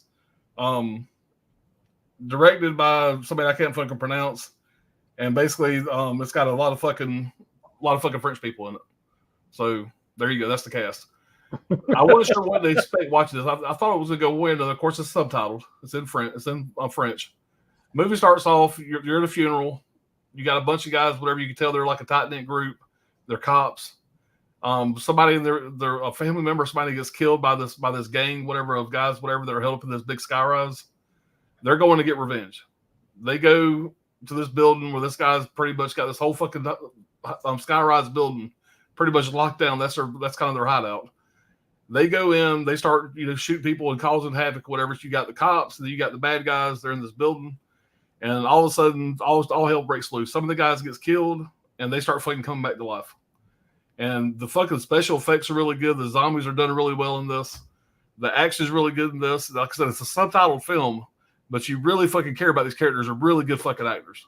Nobody you're gonna fucking know, but this guy right here. Let's just say that he would kick Rick Grimes' ass. This motherfucker right here, whatever, has a scene. I don't want to fight. I want to talk about it. It's so fucking bad, but you gotta experience it. Let's just say that when he breaks bad on the zombies, he breaks bad on the fucking zombies, and it's a really well fucking shot scene. A lot of action in this, a lot of great fucking characters, a lot of good fucking gore. And then just when you think whatever, they can't get any better or whatever, they introduce this guy. He's like he lives in one of the fucking apartments on one of the only residents still in this fucking skyrise because the bad guys are pretty much taking it over. He comes out, he's got a fucking axe. They got him at the end of this alley, whatever, like he's this Joe fucking Billy Badass. And he comes a little bit closer, and it's a guy about my size, a little bit older than me, big old fucking beer gut. His belly's hanging out the bottom of his wife beater shirt. And he's like an old war veteran, and he's got this big fucking axe. He has just been fucking zombies up. He's got blood all over him. He's laughing, and all this is just like back in the war or whatever. And he's just having a fucking ball. He has nothing to live for. His wife's dead, and he's just fucking up these zombies. And he's my favorite character in the whole fucking show, the whole fucking movie. And let's just say by the time this movie's over with, the ending is it's a dark fucking ending. Let's just say that. I had a blast with it. I'm going to recommend if you're a fan of zombie films, if you're burnt out on zombie films, give this one a shot because it's done a little differently, whatever, and the characters are done really well, and it's a fucking blast. But I was not expecting to like this as much as I did.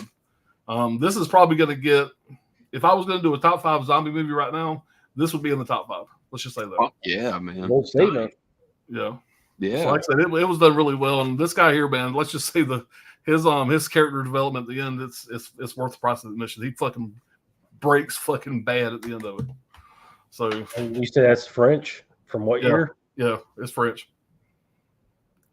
And like I said, you gotta watch the subtitles. Wouldn't order it. What year? What year did you say it was from? It came out in 2009. Yeah, it's still in that French horror wave. Still in that range. Yeah. Frontiers and Inside and High Tension. They just had the plot of the movie reads an end of the world battle between gangsters, cops, and zombies. So you know you're gonna have a good time. Very well done zombie flick. Man, there's some cool shots in the movie. In my opinion, I think you could write a better tagline than that for that film if you really thought about it just for a couple minutes. Yeah. All right. Bittersweet, man. Like we could have.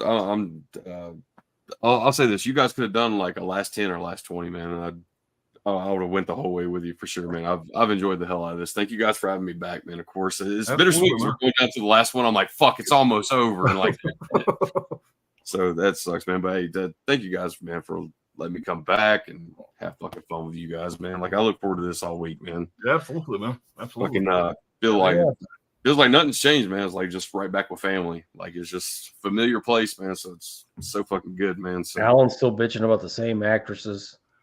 Yeah, nothing's changed. Even though like we've done like 2 streams now, and plus like me and you done the one thing Monday night, Brad. I think it was like Monday or Tuesday. Brad, Alan's only said "fuck imprint" like one time, and I'm kind of disappointed by that a little bit. And I'm just like, he should have like bragged a little bit more, but I got it. You got to grow. You got to grow as a person. Look at you, man. Look at you. Holy fuck. I'm gonna hold this up, man. This is I know everybody's gonna be like, come on, dude, like really you're gonna hold that up, but it's one of the last films that I've watched, and me and my wife enjoy the hell out of this.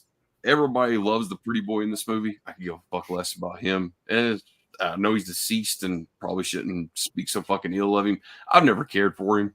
Never cared for the fucking 18 movies that he did for Fast and the Furious. I don't care about him. However, his older brother in this movie fucking sells it for me, and has none other than fucking Joyride with Steve Zahn. Oh yeah. That guy sells it. Yeah, let's talk about Joyride. So fucking good, dude.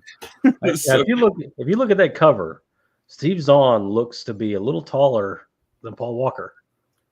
It's funny how that worked out. It's like the older brother is about a foot and a half shorter.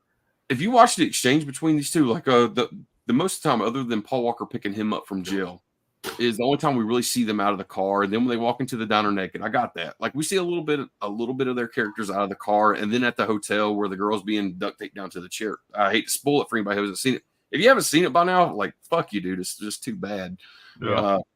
But anyway, I'm sure everybody's seen this fucking movie. I think Steve Zahn is one of the best characters of this fucking movie. He is the best character, I think. I'm gonna gimp it, man. I'm gonna gimp it. I'm not gonna just walk in there. Fucking what was it like? They were supposed to walk into the restaurant and order like what was it like 15 cheeseburgers or 20 cheeseburgers or some shit. I just thought that was like the most clever shit. And anytime Christmas comes around and like we're decorating their Christmas tree and somebody breaks out the candy canes, like I always do the whole thing like candy cane. Dude, every time a candy cane is mentioned in this house, somebody now says it. Somebody says it. Thanks to this fucking movie right here. That's an impact for you right there. But I love the hell out of this. I've probably seen this movie at least 20, 30 times, man. Every time I just go over to the shelf, I'll see the Spawn sitting on the side of it. I usually pull off the shelf just for the fuck of it to put on in the background. And it was actually nice because the wife was like, God, I haven't seen this movie in a couple of years. Let's just sit down and watch it. And it's one of those nights where we just sit down, watch the opening all the way to the end credits. And it was just like, the film holds up. It's fucking great. The soundtrack to me is a little bit outdated because they're playing like really early 2000s, especially when they go to the college. They're playing some fucking horrible music to me, which is just like you might as well put that on mute till they get back in the car and get back on the road.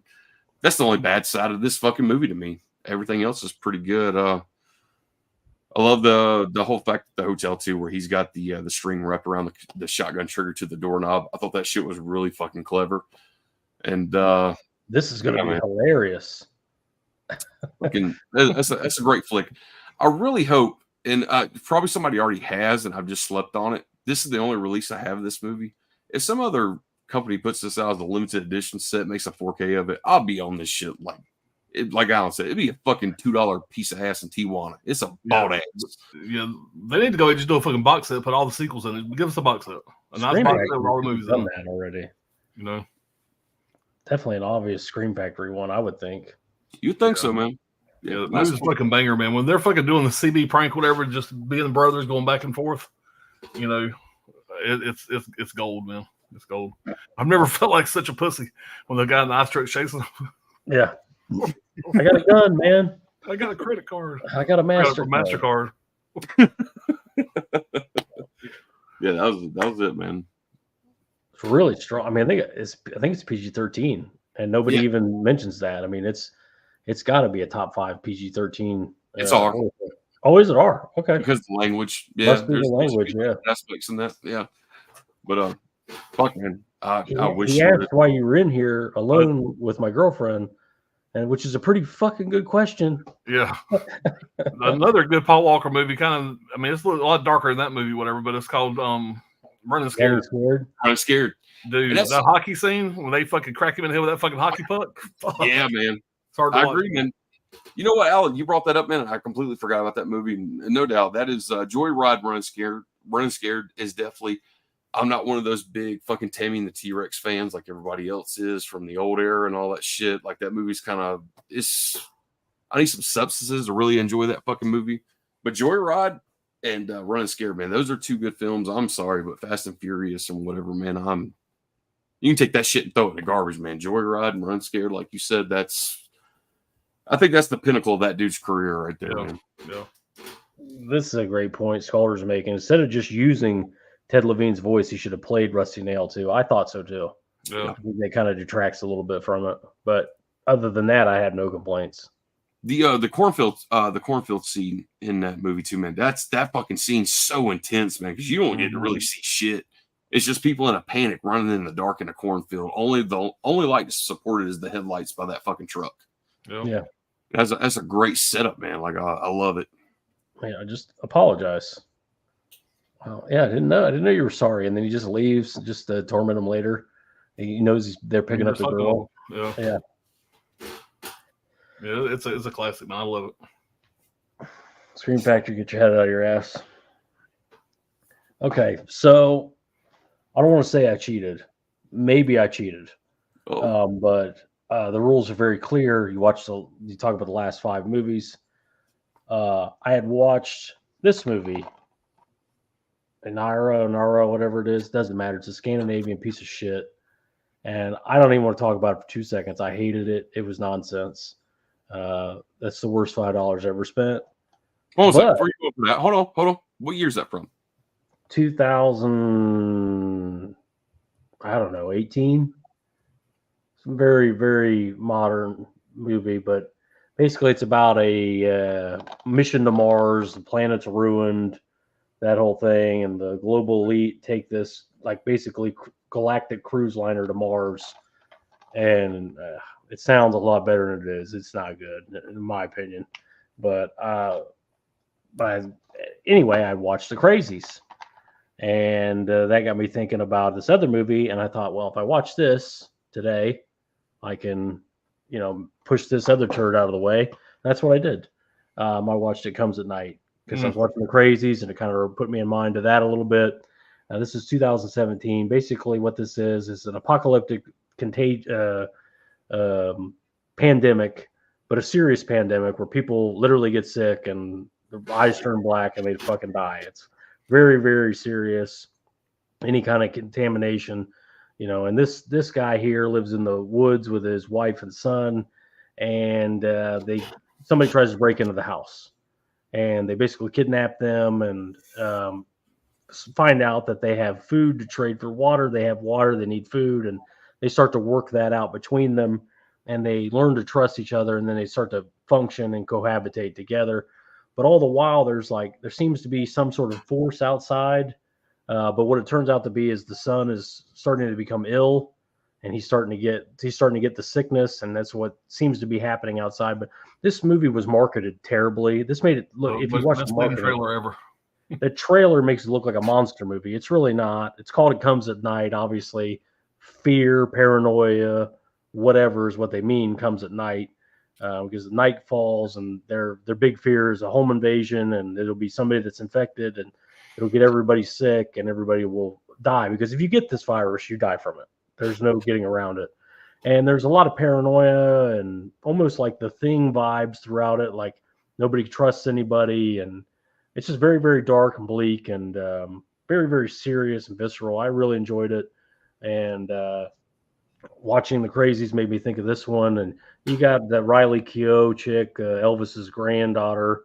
You get a shot there of what happens when people get sick, and it's just a very solid movie. I find it a very grounded apocalyptic movie, and I do like Joel Edgerton's character in it, as he's just taking it 1,000% serious, but he's also a good man, and he's trying to be fair. Even though this is not a fair situation, he's trying to be a good guy.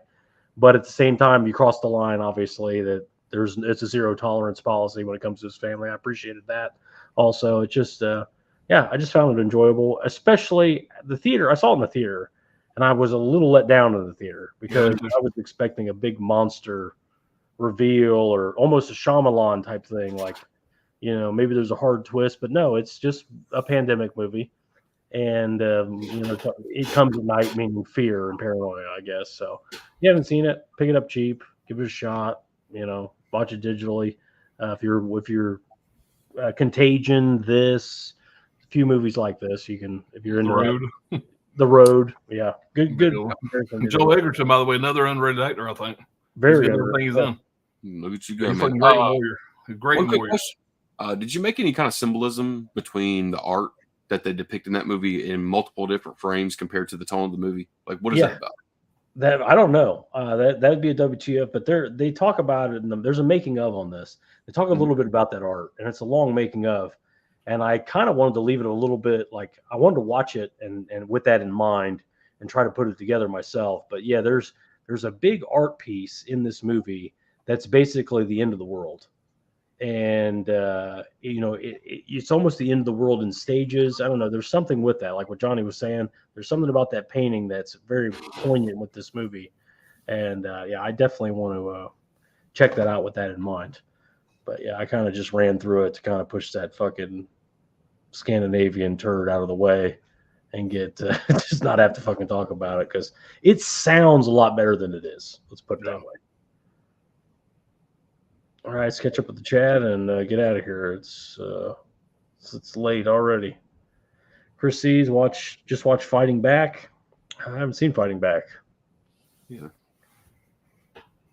Dave G, never heard of Thief. Is that Criterion the definitive edition? It definitely is.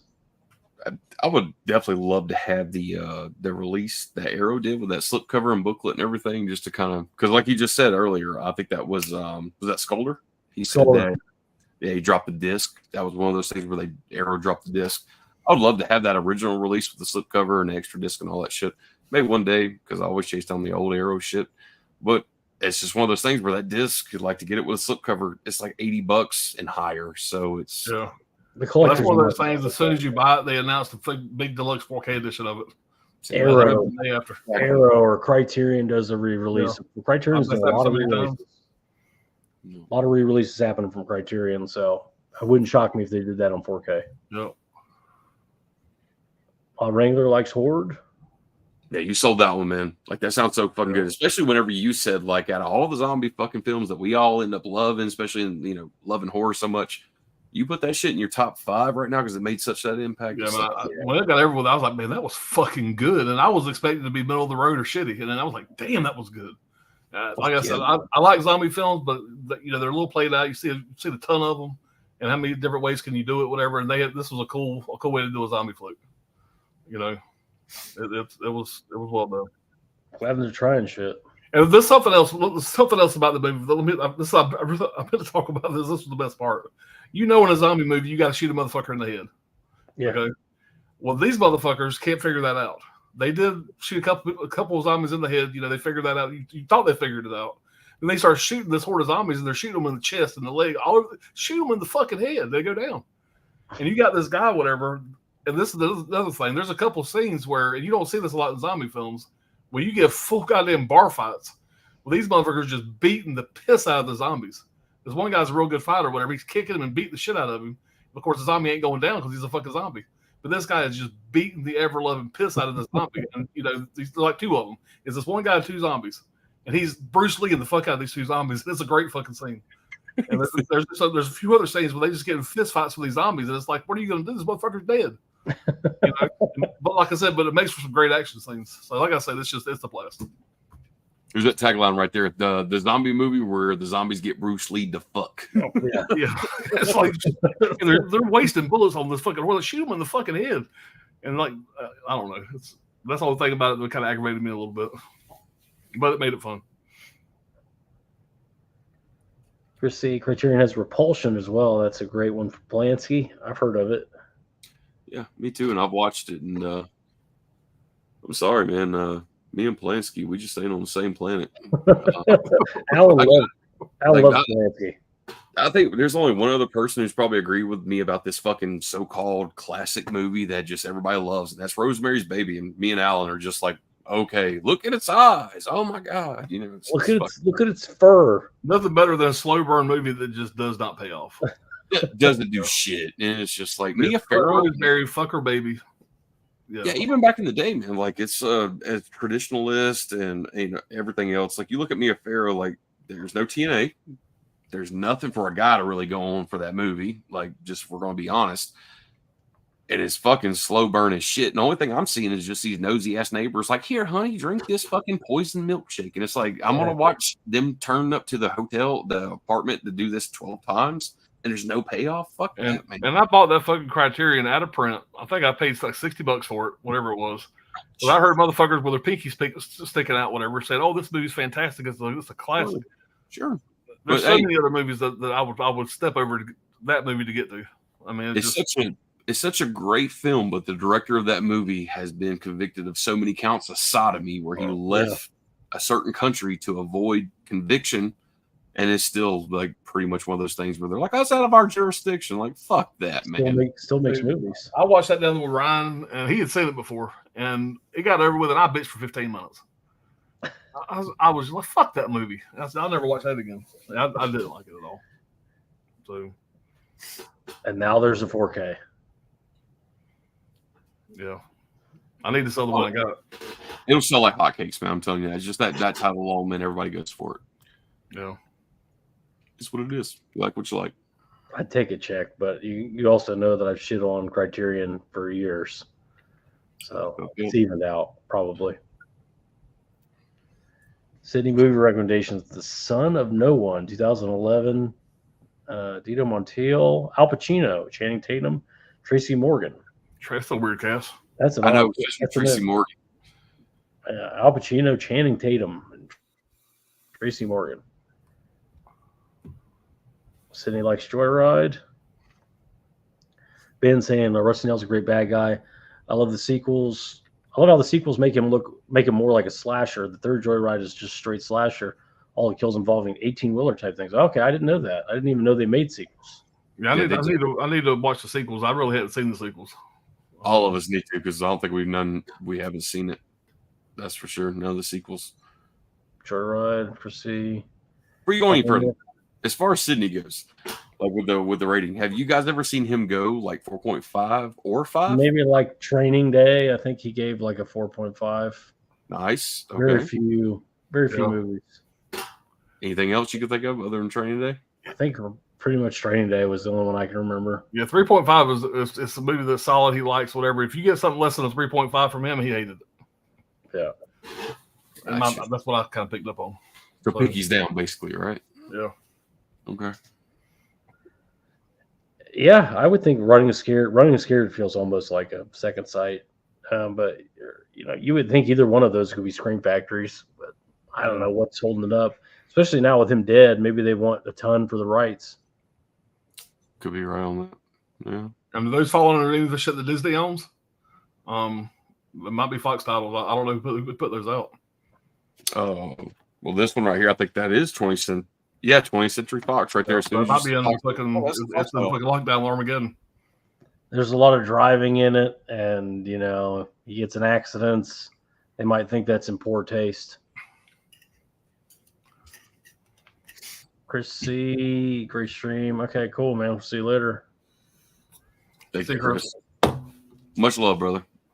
Cindy Eubanks, the one Paul Walker movie that is very emotional is his movie Hours, 2013. Is that the one where he got trapped after the fucking in Louisiana? Yeah. Storm? Yeah, that's a solid flick. He had to keep cranking that thing to keep the baby alive. Oh yeah, that's a solid flick, man. I forgot about it, man. Like that was one of his last movies, I think. Dude, this fucking Sidney Eubanks guy, man. Like I can't even think of this shit. Like he's come off the top of his head. I'm like, God damn. He's the most. He gives some good shit. Always gives a good topic, good thing to talk about. Sydney, It Comes at Night, 3 out of 5. Good movie. All right. About right. Wild Wrangler, Comes at Night. I liked it. Yeah. How about this? Yeah. Give us 3 movies that are 4s or higher. Yeah, how about that, Sydney? 3 movies that are higher than a 4. I want to see it. That's for sure, man. Because that guy's got me intrigued. I'm just like, damn, man. Like I said, man, we did our last stream too, and I saw him like in the comment section. I was just like, man, he's like not copy and pasting. He's not going the cheap way out. Like he's just putting he's putting the fucking director, the cast in it. It's like, hey, I gave it this. It's like Rain Man. He's just typing away. He's counting his toothpicks over there. Hey, man, I dig it, man. Oh, Wrangler's fucking wasted. I don't like a fucking Turbo Tiger. There's nothing about the Turbo. We love you, Wild Wrangler. We love you. Scalder on paper, German release is the best. 5 disc, 2 blue, 3 DVD, 3 cuts of the film. All extra scenario release. Region B locked though, and Criterion has its own exclusive extras. So he's talking about the Thief release. God damn, that was a 5-disc set? Apparently. Dude, there's a German release of Thief, apparently. 5 discs. Wow. 3 cuts. All the extras in the air release and it's Region B lock. So Criterion has its own exclusive extras, but only 1 cut of the film. Wonder what German company put it out. Was it NSW or because NSW, they kind of like took over the media books for the German market. Sculder, if you could send me that release on Instagram. Wow, fucking 5 discs, dude. What are we sleeping on? Yeah, that's a lot of content. A lot. Big Scene featurette. The book Rosemary's Baby is amazing. The movie is nearly useless if you haven't read it. Okay, that's fair. Sydney Eubanks, Training Day, Purple Rain, Scarface, 4 out of 5. Thief, 4 out of 5. It looks like OFDB Fireworks. I've seen this release before. Full screen for a minute. Yep. I haven't seen that release now. Yeah, I'm assuming that's what he's talking about. This is the German release. I've never heard of the company. It's OFDB Filmworks. It's the 5 disc Ultimate Edition. Now, do That's I gotta be it. Do I have to do a pay in 4 for that, or do I have to sell plasma to get that? It's $55.99 in Monopoly money, whatever fuck this is over there. That's like 20 US. They had 2 grants what they got over there. As long as we're not going as donating bone marrow, like we're good over here. Yeah, so that's not too bad. And it's like you can buy it from Amazon Amazon Germany. Sydney Eubanks, Rosemary's Baby, 1.5 out of 5. Wow. Okay. Yeah. All right. Steve saying, I think Rosemary's Baby was intended to play off Mia Farrow's paranoia and isolation more than it was. Yeah, it's definitely that kind of, more than anything else. I get what you're saying. It's her fear. And she's such a lamb-like, I guess that's what it is, you know.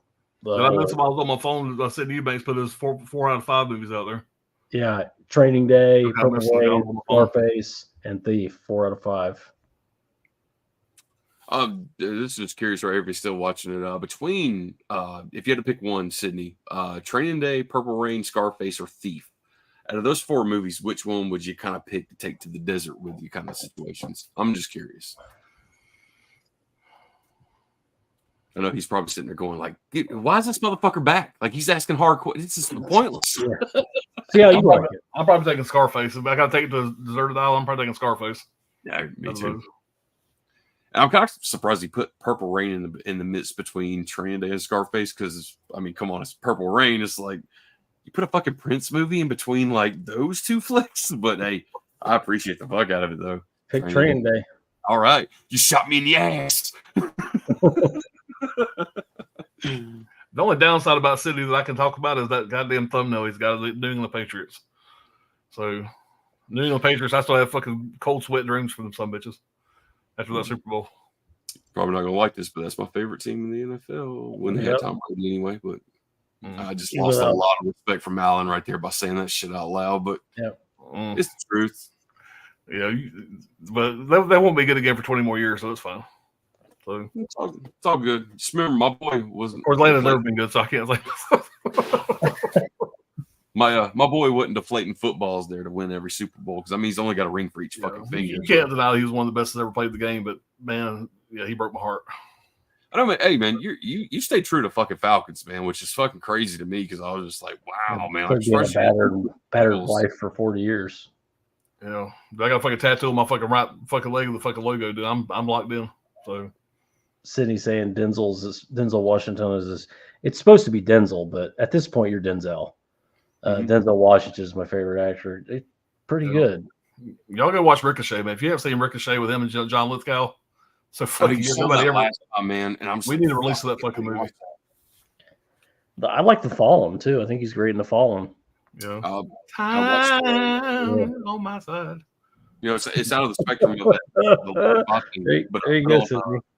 I put on thanks for throwing the score out there. I appreciate that. Dude, the halftime of that fucking Super Bowl right before goddamn Lady Gaga ruined my life. Yeah. She started singing and my whole world went to shit. I was online I was going to buy fucking hats, shirts, banners, whatever the fuck. Lana was finally going to win a fucking Super Bowl. That was probably my one shot in my lifetime. It was probably the best thing they ever had. But man, it was a heartbreaker. That was a long drive back from South Florida. I had a 6-hour drive with the next morning. Not a word was spoken in the car the whole way. It was intense. I remember my daughter saying that when the game ended, I went outside with my son's balcony. We were in his apartment. We all scattered. My daughter just sat there reading her book. She didn't know what to say. She said the fucking air out of the room left. It was a dark moment. So, what do you guys think about? Sydney was talking about, especially Denzel being his fucking favorite actor. What did you guys think about Inside Man? I thought it was pretty good with Clive Owen. Inside. You seen that one? I think I have. The whole thing where he's like, "How do you expect to get out of here? I'm gonna walk right out the front door." And damn, if he doesn't at the end of the movie. Yeah, Clive Owen robs a I bank. looked at the trailer. I want to say I've seen that in theaters. Whatever. That's what I'm thinking it is. I'll look at the trailer. It was right before that 2010 era where like box offices were going crazy, especially for the Denzel flicks. What was the movie that he did too? It was like a weird ass movie. It was Deja Vu or some shit around the same time. Man on Fire. I need to rewatch both of those. I haven't seen those in forever. Man on Fire is fucking great, man. That's another fucking great movie, man. I think Deja Vu is a remake, and I think it's been remade a couple times. That's what I'm thinking of. That's like a sequel or two. Either that or Man on Fire has been remade a couple times. I can't remember which one. I think it was Deja Vu, but yeah, Man on Fire is a fucking the fact that he's suicidal through that whole movie, and you can just kind of see him what he's doing with the cartridges as he loads his gun is fucking insane, man. Another fucking movie where he acts his fucking ass off was fucking John Q. Yeah, I mean, I just saw Wild Wrangler right there, man. For the John Suns, Q, that's the acting motherfucker. That's right. James Woods, man, that's just a great movie. Am I thinking of that where he goes into the hospital and he's trying to get his son needs a heart transplant, and his insurance won't cover him, and so he says, "Fuck y'all." James Woods was a heart surgeon. You know, that was one of those movies, man, where I first met my wife. I'd never seen it, and I think she was the one who got me to sit down and watch that shit. And she was like, John Q's a really good movie, and what is that, The Pursuit of Happiness with Will Smith. And I watched that Will Smith movie, and I'm like, I fucking hate him. That movie's garbage. Throw that in the garbage. Throw that in the fucking, just throw it in the yard. That's no good. But John Q was a different fucking story, man. Like, that was, to see his character break down as hard as he did over his fucking son, it's like, oh, you can't help but kind of like water up a little bit. Then, my son's not going to bury, or I'm not going to bury my son. He's going to bury me. That whole fucking speech, John man. Q. Best thing he's ever done, I think. Yep. Yeah, I was saying the Manchurian Candidate remake is my favorite Denzel Washington movie. I need to watch that, Brad. I'm not sure if I've ever seen that or not. 4K from Kino's coming. Yeah, that was coming out. I'm gonna grab it. So I may stream it first, but I'm sure I'll just very, very dark movie. There's a 4 out of 5. Yeah, there you go. Solid.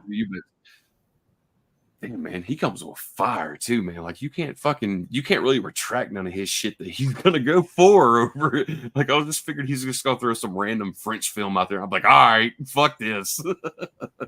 It's usually like thrillers with Sydney.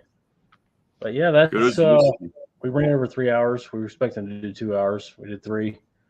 But appreciate everybody coming out on Friday night, staying late, and yeah, I'm sure we got other stuff coming up. Alan's got stuff coming. Johnny's got stuff coming. We'll figure it out. Yeah, I don't know what I'm doing. I got some shit coming. Figure out the next thing. I got about 10 videos I can film. I just need to get my ass in there and film them. Yeah. Hey, thank you guys so much, man, for, like I said, fucking just having me. I look forward to it all week, man. Like, absolutely. We need to do another WTF at some point, bro. Yeah, we'll come up with something. I'm sure. Yeah, man. All right, guys. Yeah, pick a movie. We'll do it. Adam, hit the button. Catch you guys later. Bye, guys.